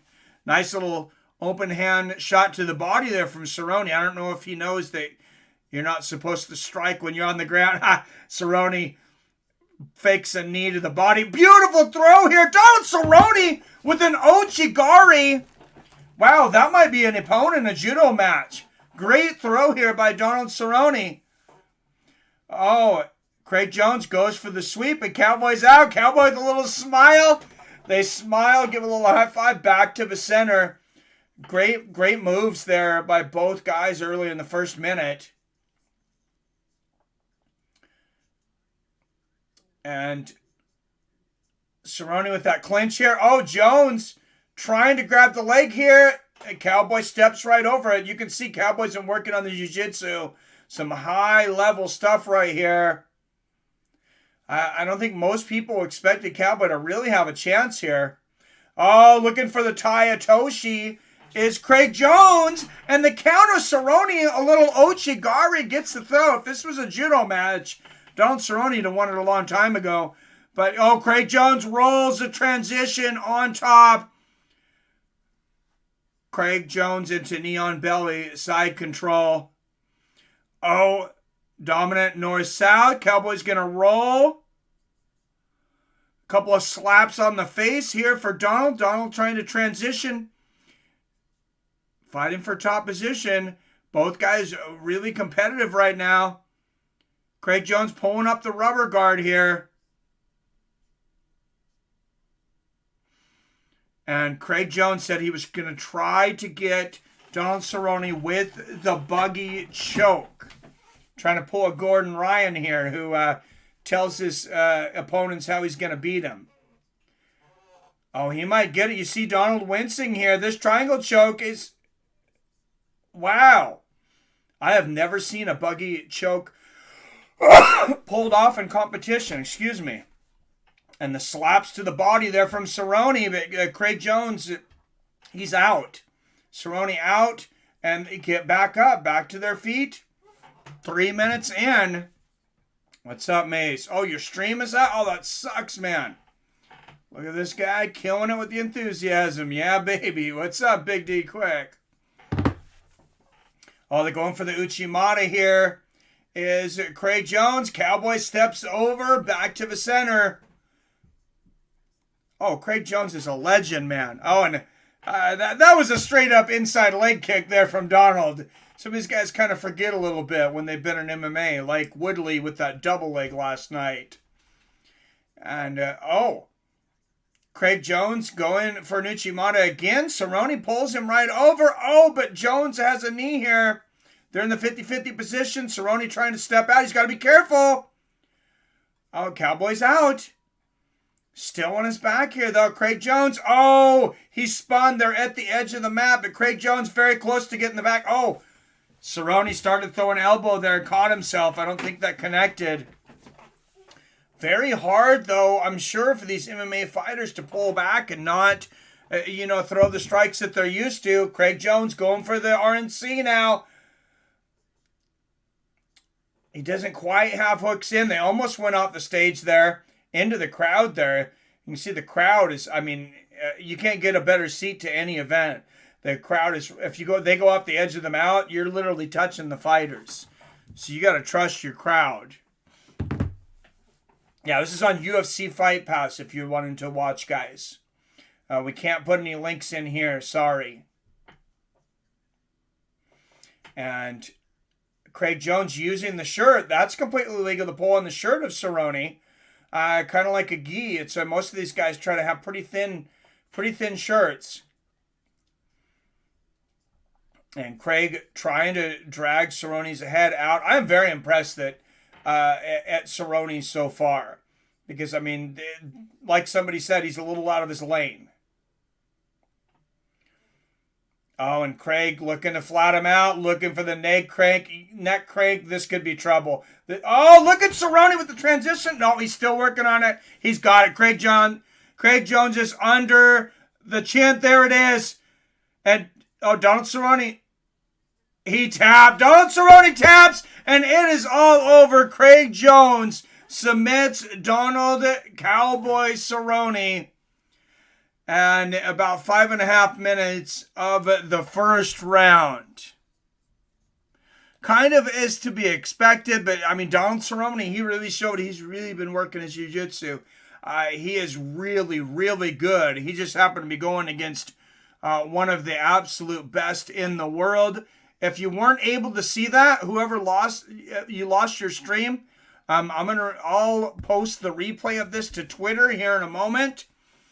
Seattle Mike at Fights W Friends. But they didn't show a replay on the finish of the finale. I was a bit disappointed. But they were giving the interview. They were giving the belt out. But we'll get a replay here of Craig Jones defeats Donald Cerrone in the finals. Here, and Craig Jones coming back out. Getting a little interview time here. He was going for the buggy choke from full guard. Donald sniffed that one out. But Craig Jones, Donald Cerrone, he was going against like they said, a BJJ superstar in Craig Jones. So mad respect for Donald Cerrone for doing very well in this match. And he's asked him, is this combat jiu-jitsu something you're going to do in the future? Craig Jones says yes. He wants to do it. And one of the things that combat jiu-jitsu, one of the ideas behind getting this out there is that it could be kind of a transition for some jiu-jitsu players that might want to look into MMA. So it really is kind of a perfect transition. Let's see that replay of the main event, guys. Come on.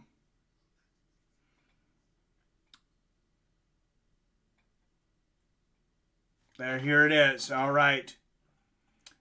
Craig Jones getting Donald Cerrone, slamming him to the ground here. Here's some highlights from our super fight. Craig Jones, a superstar in MMA. Donald Cerrone, a superstar. Donald Cerrone, a superstar in MMA. But Craig Jones, this is his wheelhouse. Gets the choke on the Cowboy. We'll get it from another angle here. Cowboy had really held his own up to this point, but it seemed like it was almost inevitable. Congratulations, Craig Jones. All right, so whoever lost their stream, I'm going to post that right now. I will post that finish, so don't go anywhere. Give me a like and a retweet on it. You're going to get an entry into our January 22nd drawing. So, and we'll talk a little bit about the drawing one more time. Show another piece from the collection before we get out. But congratulations again, Brazilian Jiu-Jitsu world champion Krikorian wins the 16-man featherweight tournament tonight. Gets the belt, the championship, a little bit of cash.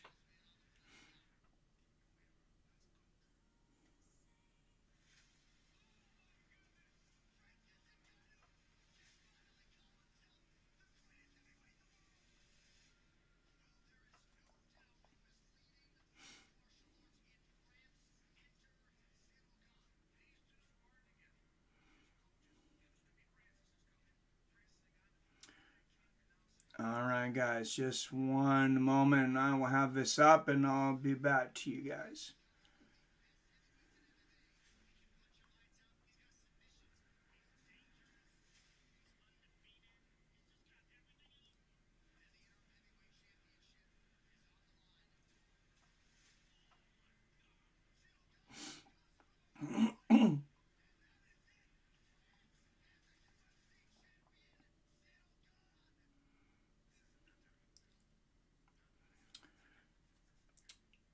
All right, guys, I hope everyone enjoyed that.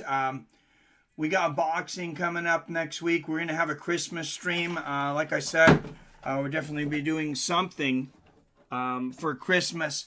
If I don't see you before then, Merry Christmas.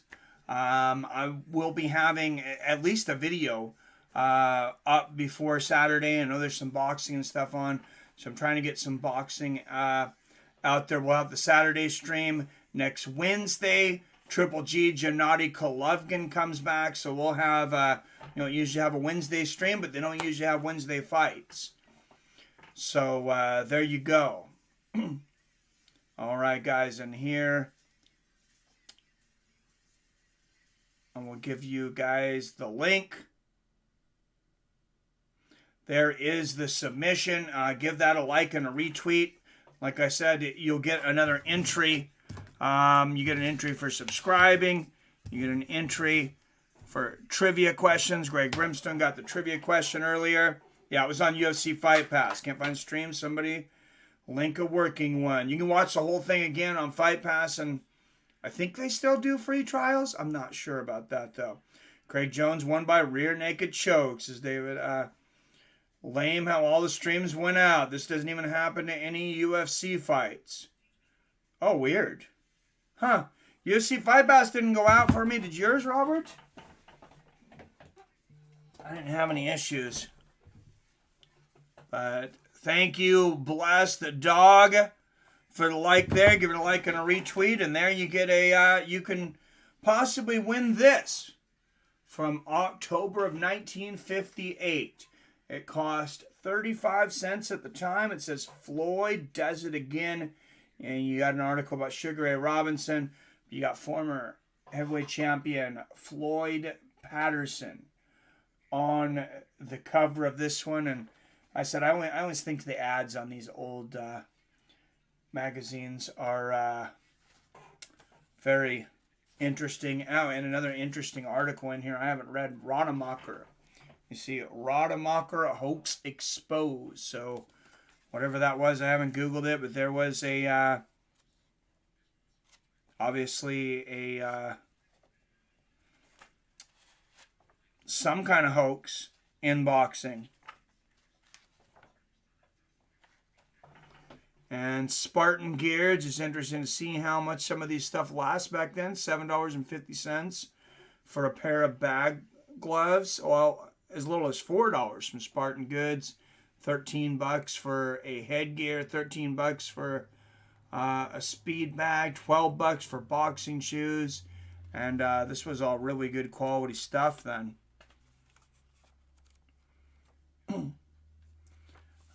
Too, but I'll put that to the side. Patterson-Harris title fight is on the advertisement so it doesn't get damaged. Big hug from Brazil. Big hug back to Brazil. Thank you, Mace Dovitor 97. It's been good to have you in on the streams lately. Robert Kerrigan figured out how to retweet. Yes. All right. Thank you. Thank you, premium member Robert Kerrigan. Thank you, everybody, for joining us for the stream. If you guys want to request events that are coming up too for us all to watch together, if I have the time, let me know what it is. If I'm free from my work, I'm probably going to do it. Thank you, Adam, for the like and the retweet. Thank you, Amabala. Gets an entry. We're going to have a lot of entries in this drawing. I can tell you that, but let's look at the boxing schedule. The Christmas one is Nicholas Delamba and Vito Mielnicki. 5 p.m. Pacific. Actually going to be on Fox Sports.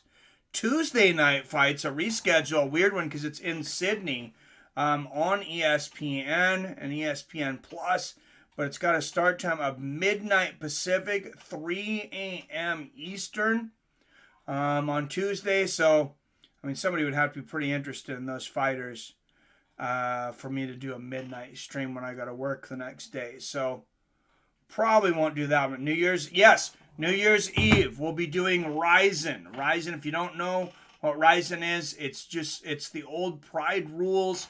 They have a great champion over there, Akai Asakura.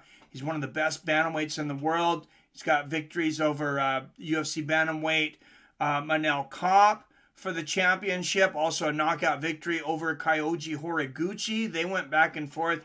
Each knocked each other out. I know Japan would love to see the trilogy to that someday, but there's going to be 11 kickboxing and MMA matches that night. They even have the old Pride, the lady that yells the names of the fighters down back in the day from Pride. They got her for Ryzen. So there's been a lot of good fighters come out of there. Yuri Prochaska came out of there. First time I seen him fight. He fought Mo Lawal, King Mo Lawal, and retired Lawal. That was his retirement fight. Seven, and Greg, I know for a while. Robert too had been watching Manel Kape over there in Ryzen for a while, so no surprise when he came over. King James! Several attempts to open Cash App account, and this is the only way I contribute until I figure it out. Thank you, King James, with the super chat.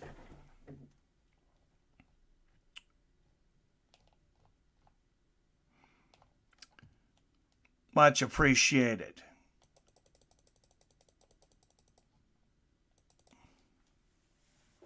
And King James, the king of super chat tonight, because he had both of our super chats. Thank you, King James.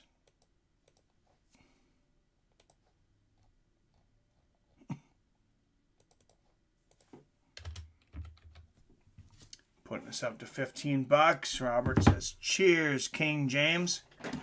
All right. Hey, thanks again for joining me. I did not expect to have that many people for a grappling event, so I am pleasantly surprised. You guys are a great crowd and a great community.